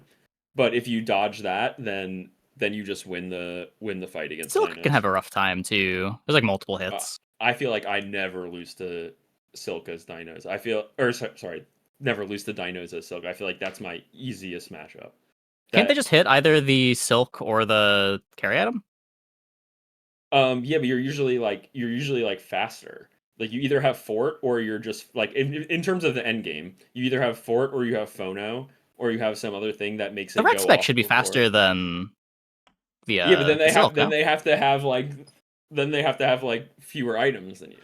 So it's Yeah, like I guess that's Rex. fair. It's definitely gotten very. The dynamic between Dinos and Pygmalion have changed drastically with the inclusion of Rex, where he before it yeah. was like the mid game could sometimes be a bit rough against Pig if your numbers just weren't high enough because you didn't get that many chomps. Whereas now, where you have a big scaling guy, it's very easy to go over Pig at that stage. But before, later in the game, if you just batteried your Momosaur, a lot of the time, like, if Pig only has 4 items and he really needs all 4 of them, you're gonna ruin his day. Yeah, but now it's specs. It's like the opposite, right? So it's like Pig Exactly, only has where 4 items, and then they just can't kill anything. it's Yeah, basically true. impossible to get a chomp against a 4-item board. Yeah, and you don't care about Trollosaur Mhm. because like my Small, only small small item only. is Piggle, and And my Diana is small only now yeah. as Yeah, so well. I think Pig really benefits from Dinos being the most popular dually build. And I think it is like if I mean part of it if you group all of the core builds together and say that that's a build, then maybe they're rivaling Dinos for popularity. I But don't if you're think gonna so, because if you're that's the gonna I main separate disagree. that, thing. or you Like, think I mean I'm kind of on the fence of like I think Dinos is the most popular of the dually builds. yeah. So Oh, I feel like Dinos is way less popular than the tempo build right now. Everyone's Oh, playing oh like the really? weaponized core interesting. ignition core stuff last couple days. Do you think that's true Oh, among? I mean, maybe that's true for like the strong players, but in terms of actually encountering it on the ladder, I feel like Yeah, for dinos just what I are. see. that's Like they're really not particularly interesting. good boards, but it's what I see the most. No, I've been Okay. saying way more dinos. I would say like half Really? the duelies I've faced have been dinos. Oh, I feel like there's way fewer dinos over the last like 3 or 4 days. Interesting. Yeah, I haven't played that Yeah. much in the last like 2, so it's definitely possible that it like went back. It was like 4 days ago, maybe. I had a day where like everything I faced was Pygmalion and Dino Dooley and nothing else for like 3 hours straight, and I felt Oh like my I was god. in Bizarro land. But that was my Mm. personal experience at least. I still play against dinos. I would say a fair amount, and like you're you're correct in saying that like the like tempo uh dually strategies are popular amongst the top players. I don't know if they're all that popular amongst like the masses or whatever. I Like that, I see think. so many nonsense Hamlet boards. Okay, Oh that's like a no! Reddit Wait, meme. yeah, Okay, no, that's I literally a Reddit meme. we Okay, we there. That we doesn't. Yeah, but it's still popular. no, Okay, it well, all right. was I'm not losing to that either. There's no way I'm losing to fucking Hamlet as with a 4,000 silk. Like I'm just I like agree, but it is the more popular dually board. I think. yeah, okay, yeah, no, okay. it was really interesting. Some like very high tier player or whatever I found out when I was talking to last week's guest, Nighthawk. He's quite active on the Reddit. So when I was talking to him after the recording, so exactly a week ago now, I think it was, he was mentioning that there had been a massive post that really blew up on the subreddit of someone more or less saying that Hamlet is like the strongest item in the game. Uh, uh, Okay. and Yeah, so, I saw the post. I didn't read. It's like it was really long. It was like a full essay or something. I'm pretty sure. yeah. So I didn't read the whole thing, but yeah, there. If you look at the Reddit right now, and it's like half of the like people posting their 10 runs are like, look, I did Hamlet. Like So that's the current. that must be like what's in the mind of the masses, I guess. It's just Yeah, Hamlet gaming. they're Hamlet pilled. I Meta do love driven by playing perception.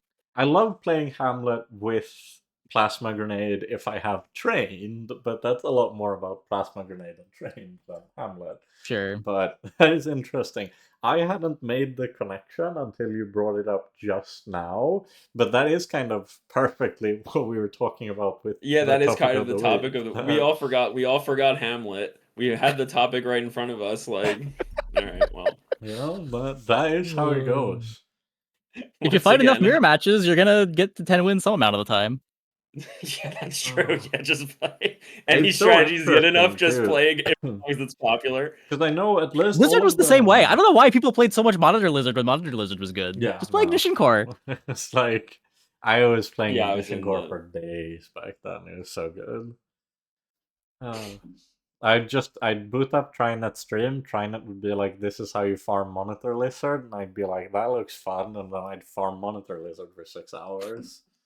And be You could like, farm it on "Okay." Vanessa too. Like, Julie wasn't even the best character if you were tunneling into Monitor Lizard. Yeah.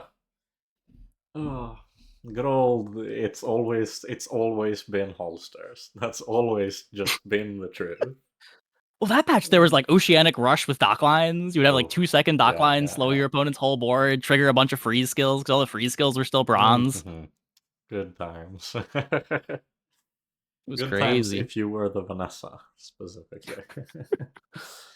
Oh, But yeah, it's so interesting that people are playing so much, like, especially weaponized core, because that always feels like a bit of a struggle to me. I'm like looking at the core and then looking at the weaponized core and being like, I don't know. It's Like, tempo. Weaponized used Dooley's to be like my three different favorite. characters right now, I It's think. true. You've got Yeah. the core, crit core stuff that has some overlap. You've got the primal core stuff, which is more dinos, and then you've got the tempo cores of like ignition core and weaponized core. Yeah. It's just what you want to play. I think all of those characters are good.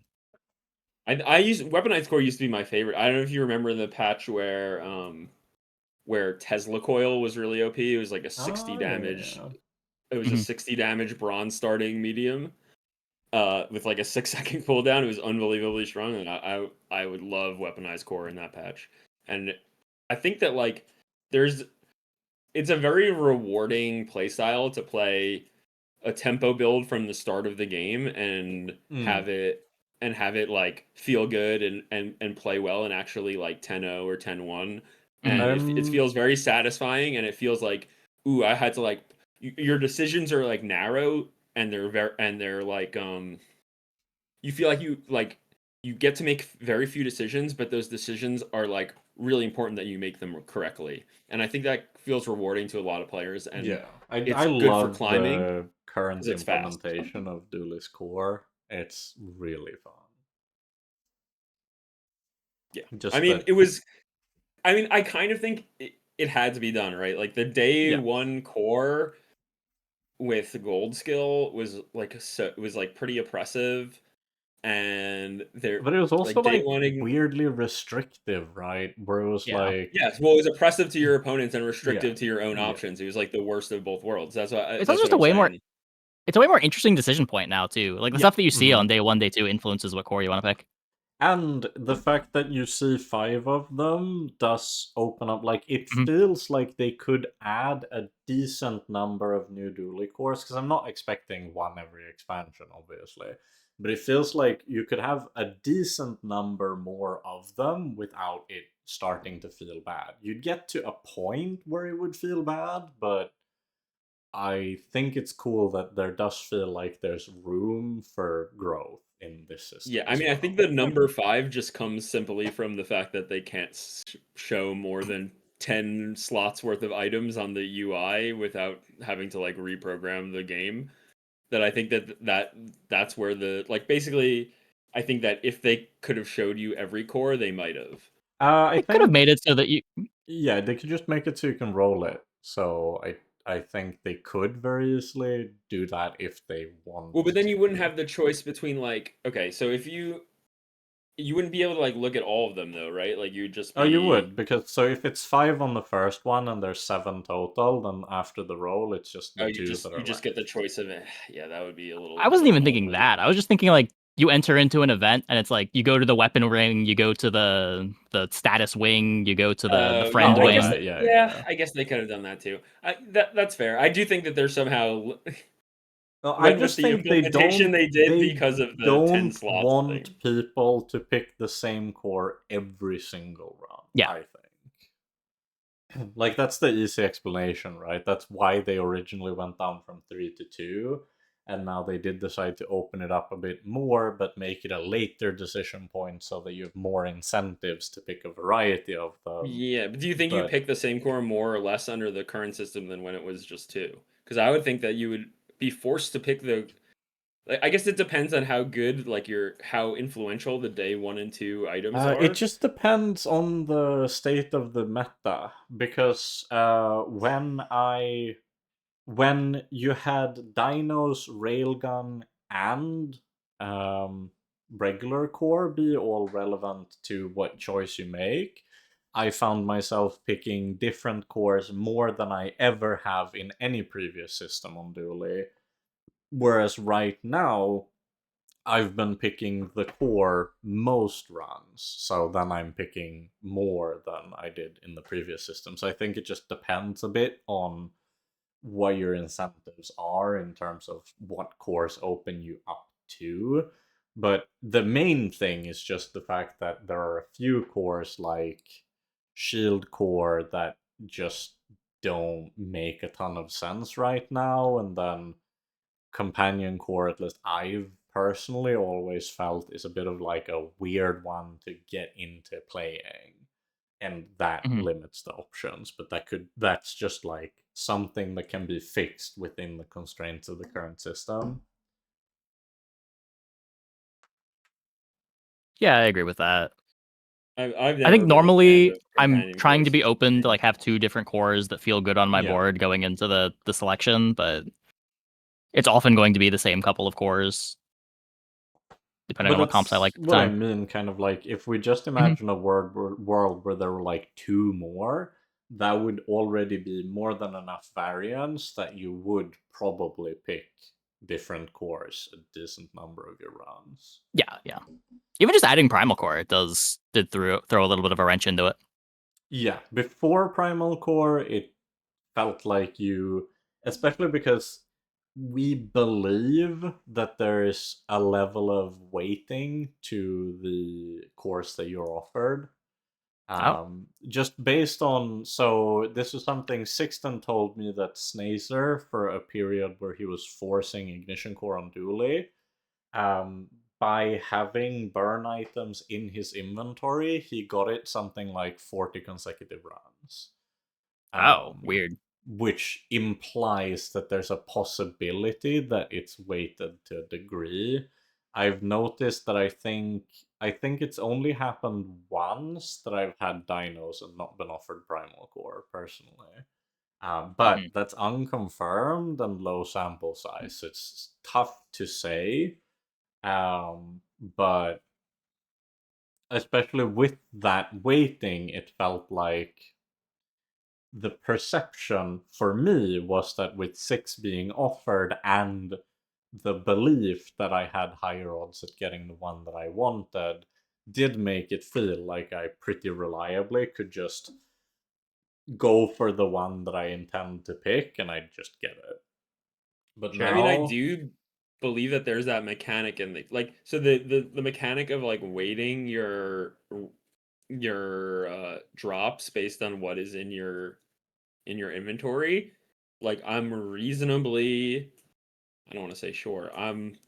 I have a reasonable suspicion that that mechanic does exist yeah, just based on the frequency at which you get upgrades from like random nodes yeah. compared to what the odds of that should actually be.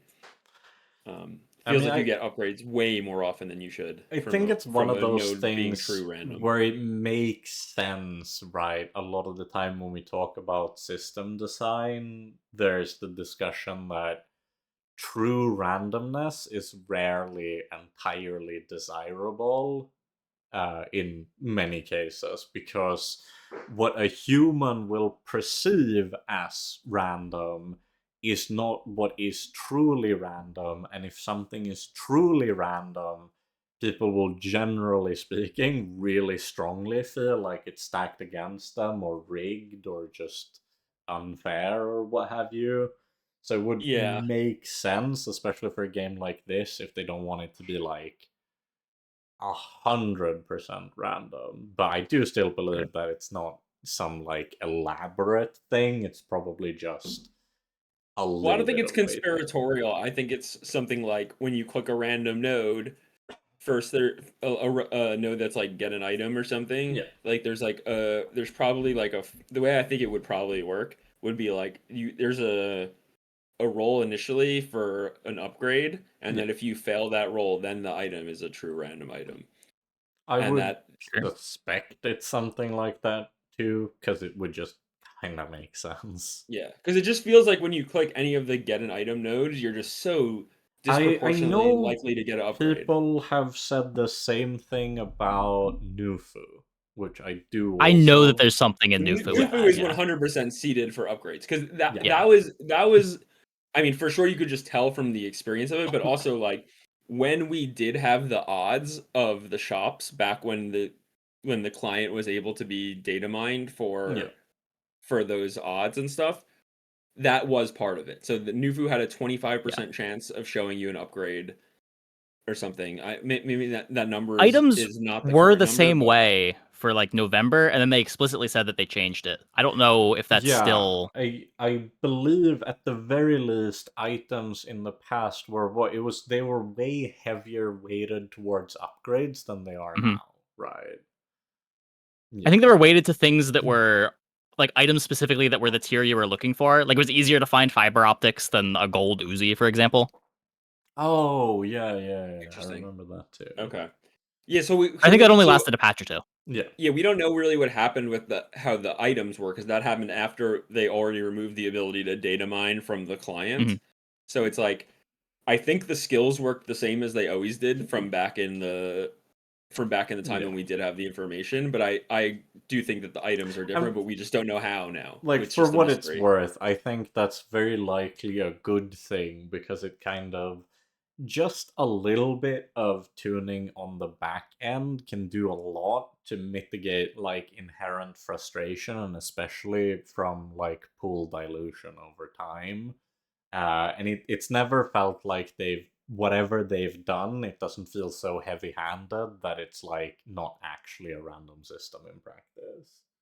Yeah, I agree the game feels fine from like a I don't feel like I'm getting screwed over by the odds all the time. Even I mean, I'm a very like um person who is good at being in the headspace of I have 100 different random rolls in my Yeah. run, and and some of them are going to be super high rolls, and some of them are going to be super low rolls. So I'm like good at embracing that kind of line of thinking, but at the same time, like if the game was constantly screwing you over, I would also like feel that. Do you know what I mean? Yeah, Like everyone yeah. would feel that. Probably other people would feel it more than me. So I agree with you. I agree with you that it's yeah, they've done a good job keeping it subtle. If there is like some help from the odds in terms of giving you what you want or what you already have, they've kept it subtle enough that it feels fair and fun. And So I I appreciate think that. so. If we assume that that may partially be the case for duelist core selection, I think the main reason why I'd be willing to believe that to be the case, other than the kind of subjective, like results that people have reported, it's that it does feel very in line with what they stated as kind of the design intentions of this core system, right? Where the reason we postpone the decision is so that you can find a bit of a direction and then pick a core that suits your direction and enhances what you're trying to do. And then it would make sense that from a player perspective, it would probably feel really crappy if you then never actually got the core that would let you do that thing that seemed to Mhm. be the intended way of using it, right? Yeah. Um, Can we take yeah, a 60-second break? I need to run to the bathroom. Yeah, absolutely. I'm gonna take a break as well. We'll do a 60-second break. All Okay, right, 1 second. be right back. And welcome back. We will now be moving on to the board of the week provided by Trynet. It's a pretty fun one, actually. I quite like a board like this because we've got the best boy, the little Soracid. For any audio only listeners, why don't you kind of walk us through what's going on this board? Yeah, so the items in play, we got a lighter, we got a poison enchanted incendiary rounds, and then a Zorkid next to that. We got our weather glass, Clamora, shot glasses, holsters, and the friend table. The shot glasses looks a little out of place, but it has extra haste on it, so it's giving me a little bit of haste to the board. The Mm. big thing that this board is doing, early on, it was doing shot glasses train stuff to scale up the Zorkid with the card table, but then eventually we found the Toxic Flame skill, and we just ended up multicasting our Zorkid into with Beautiful Friendship on the enchanted incendiary rounds, and we put tons of burn and poison on the opponent. Yeah, I've been really, it's definitely Toxic Flames is one of the things that have been drawing me back towards trying out some more Vanessa too, whenever I feel like I've dueled enough. Have you been using that skill a lot? It seems very powerful. I I never see it. I think I've only been offered Toxic Flames in like 2 of my runs since it was introduced. Right. So the main It's issue is like actually finding it. Yeah, it's Mhm. one of the best skills in the game for sure. It's one of the strongest skills in the game right now. I think Mac Quest also used it very like when I was playing Mac Mhm. during the season. He also really like in the games where you didn't get vital, Toxic Flame was like your other scaling skill that kind of fixes your scaling problems if that's the issue you're solving. It's really really really strong. How did you enable it on Obviously Mac? What were the burn and freeze items or the burn and poison items you would play? just with Slate. So you just have like Oh, sure. a yeah, you just have like Slate as your scaling factor, and then you have one of the other like I don't know. You could do it with. There's a bunch of ways. Like you could have like Blaze Howl Warden. You could have lots of different setups. Mhm. But when you're perma freezing, oftentimes the Yeah. like problem you're solving of scaling, it doesn't like one item is good enough. Like one Mhm. Toxic Flame plus the one slate is plenty scaling for when you're perma freezing, right? Like that's all you needed. So you just didn't want to go to Sandstorm, right? So you Yeah, don't lose to exactly. someone with 30,000 HP or whatever. You want to have like some game against radiant weapons too, so fast clock helps. Yeah, yeah, to race. Yeah, makes sense. I really do love skills like that, though, that kind of really change how you think about boards in interesting ways. Yeah, I mean the other version of Toxic Flame, the original version of it was like the most OP drill skill. Like the previous Oh like yeah.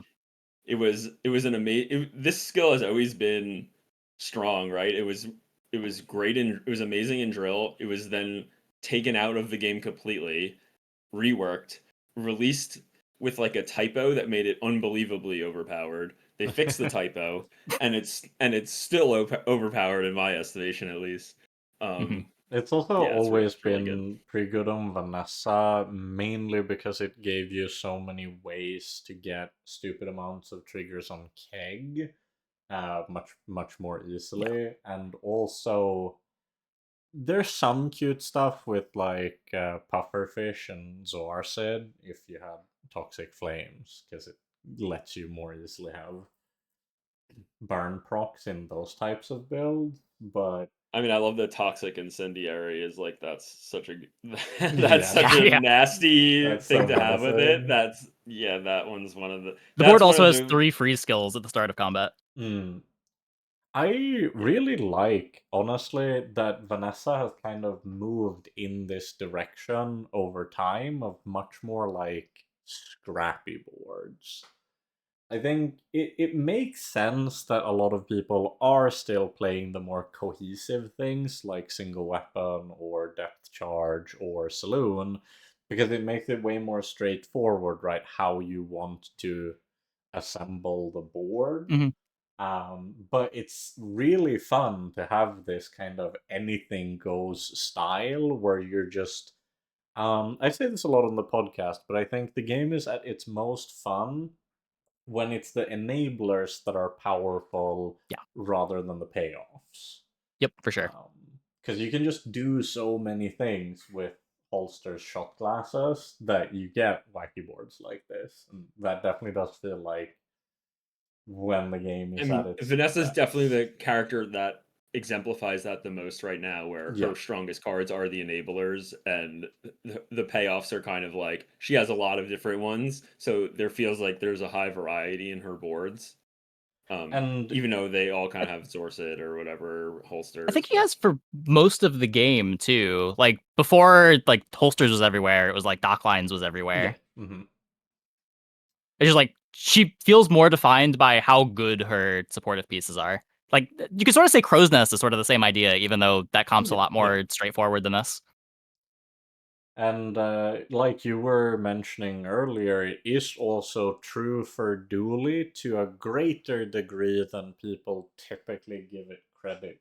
for, in the sense of that when the freeze items, just having actual good quality small freezes gives you that disruption to really enable a variety of win conditions to play with it.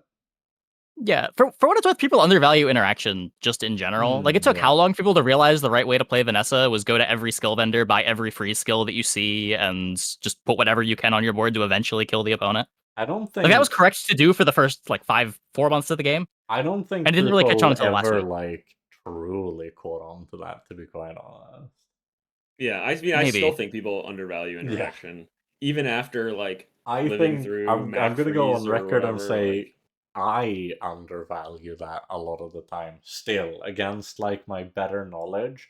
I've had some times because Vanessa is by far my most played character, and some days I'll just be like, damn, I'm just losing on Vanessa. What's going wrong? And then I go, wait, have I been clicking free skills? And then I do like 2 runs of just like every free skill, and then I'm like, mysteriously, things seem to be going right again. Strange.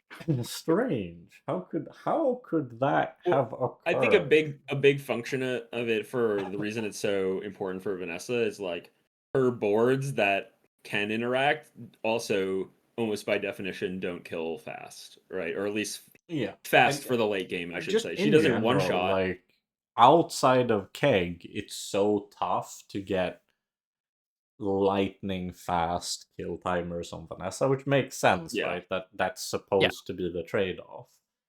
Um, but you gotta be very conscious of that when you build her. Actually, just Yeah, out it's of just when you curiosity. have Yeah, no, go you first. when you have free skills, it's also like your 0 seconds when you activate your haste at the start of combat, your clamor at the start of combat. You're making Mhm. your opponent's 0 second now your 3 second. Yeah.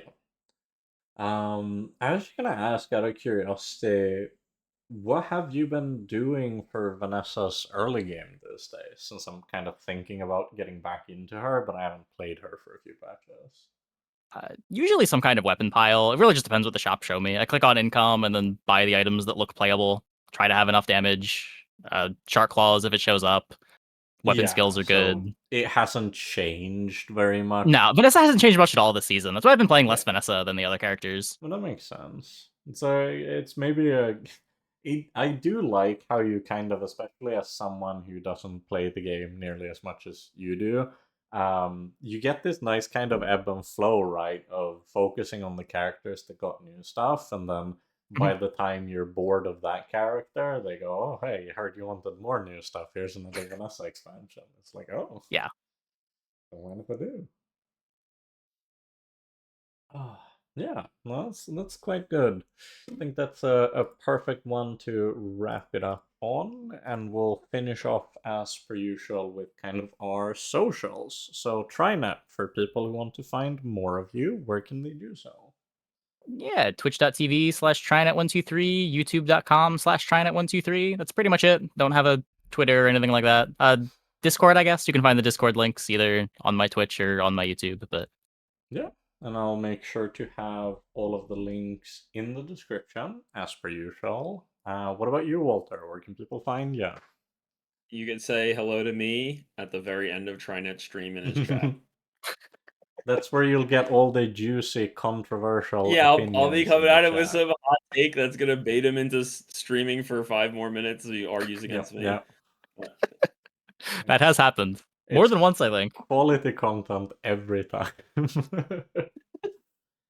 Yeah, finally me. I don't know if people have caught on during this episode. I've tried to mute as best as I can, but I've largely recovered from being afflicted by the plague, but I have a persistent cough, which isn't the biggest of a deal for a podcast where you only speak intermittently. But my style of recording guides for characters largely revolves around me doing a one take for 20 to 40 minutes straight.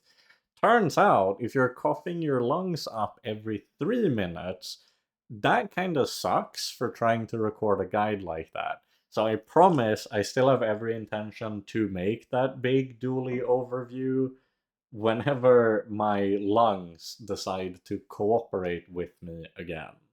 I'm also on a vacation from work for the next 2 weeks, so my plan is to hopefully, starting more towards the end of this week, get some more streaming time in. It's It's been hard to find the time for that recently, but now, hey, I might just be back. We're probably gonna do some dueling, maybe see if we can be toxic on Vanessa, what have you.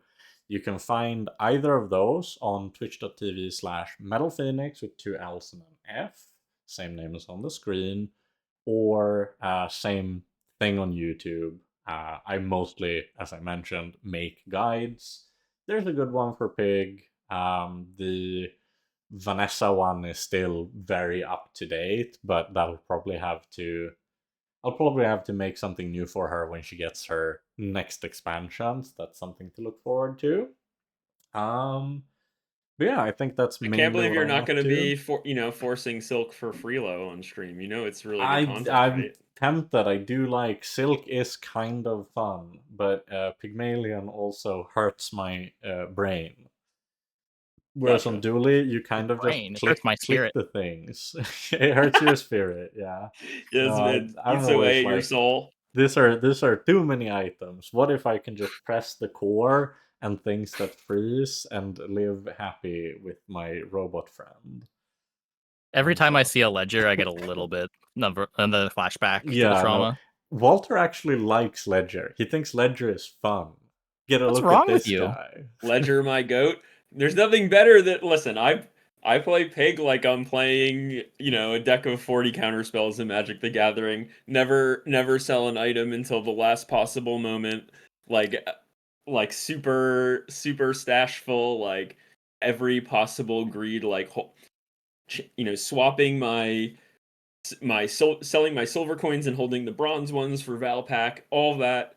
And if you do find that play style rewarding, Silk is the build that rewards you the most for that play style, where every little bit of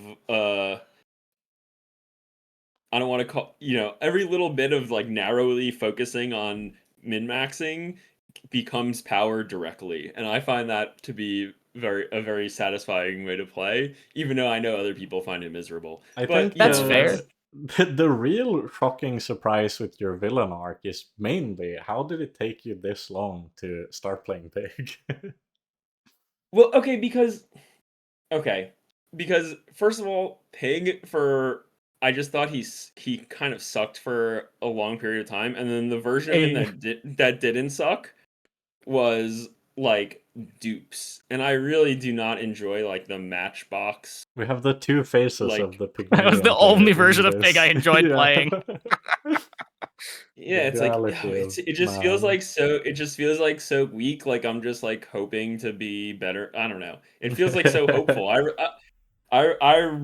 love the idea of like, well, I'm 100% sure I'm gonna one shot everyone, and all I have to do is like make my item go off once. I find that to be that's like I don't know. It's more But I me. do think, jokes aside, obviously we don't actually hate Pygmalion players. We play it up What? because Oh, it's fun. like Okay, yeah, off recording. Okay, off recording. We're on air. the You players gotta. are fine. I have no problem with the Pygmalion players. No. Pygmalion himself, though. Yeah, we can. Well, that guy, you're allowed to hate that guy. He's a bit of a jerk, honestly. But I do think one of the coolest things about the Bazaar is the fact that there are so many different, distinct play styles that cater to such different preferences in Mhm. players. That is very cool and impressive. Um, but yeah, no, it's been good. We get a bit more pig representation on the podcast, and then we got Sixten in the Forever Dooley camp, and then I just bounce between whatever catches I my mean, that was interest part in a of it given as patch. well too. You remember we were getting people in the comments being like, "You guys never talk about Pig. Yeah. What the hell?" He's never And worth talking about. It's very funny I'm because gonna hit you with a double whammy. now Ah, darn, it got frozen. I'm dead. now we do actually well, have the variety because we have had several actual pig mains on the podcast and yeah. several dedicated pig haters like Vampire Dooley or now Trynet. So it's good. We like a little bit I of feel like I'm a very discourse on different type of here. pig hater than most pig haters. Yeah. There's a lot of like Reddit pig haters that are like, man, I really hate playing against Pig. Where I'm just like, man, I love seeing Pig on day 14. Let's go. Yeah. Free win. Let's go. Oh. I mean, it's true. Anyways, He's not like the late game terror he once was I in don't the. think he ever in a way, He Pygmalion never in the was. late game, yeah, he was much more predictable than the other ones, so it was He didn't get free easy to, skills. yeah, like, if you have a board that beats him, you just beat him. There's nothing complicated about it. One keg to the dome, job done, wrap it up and go home with your 10 wins. I Anyways, beat Radiant. I beat Radiant Keg with Silk just yesterday. So yeah, you're a you bit know, of a I'm you're a bit of a special case, I do believe. I Your mean, silk I had contains tree evil powers. money tree. I mean, the keg went off, but I had a reserve shield money tree defense No, grid. I no. just lived it and then killed him. One way to Should do have been it. Obsidian. Yep. With all that said, though, we'll be back next week with another episode. We might do two guests. It's not been decided yet, but while Sixten is traveling, it's possible we'll bring in some new people. But at the very least, I can guarantee you we'll have one new guest as per usual. Typically, the episodes go out on Sundays. As I mentioned at the start, you can find us on YouTube, Spotify, Apple Podcast, or via RSS feed for your listening app of choice. Hope you've enjoyed and have a wonderful morning, day, evening, or night, wherever you are, and we'll see you in the next one.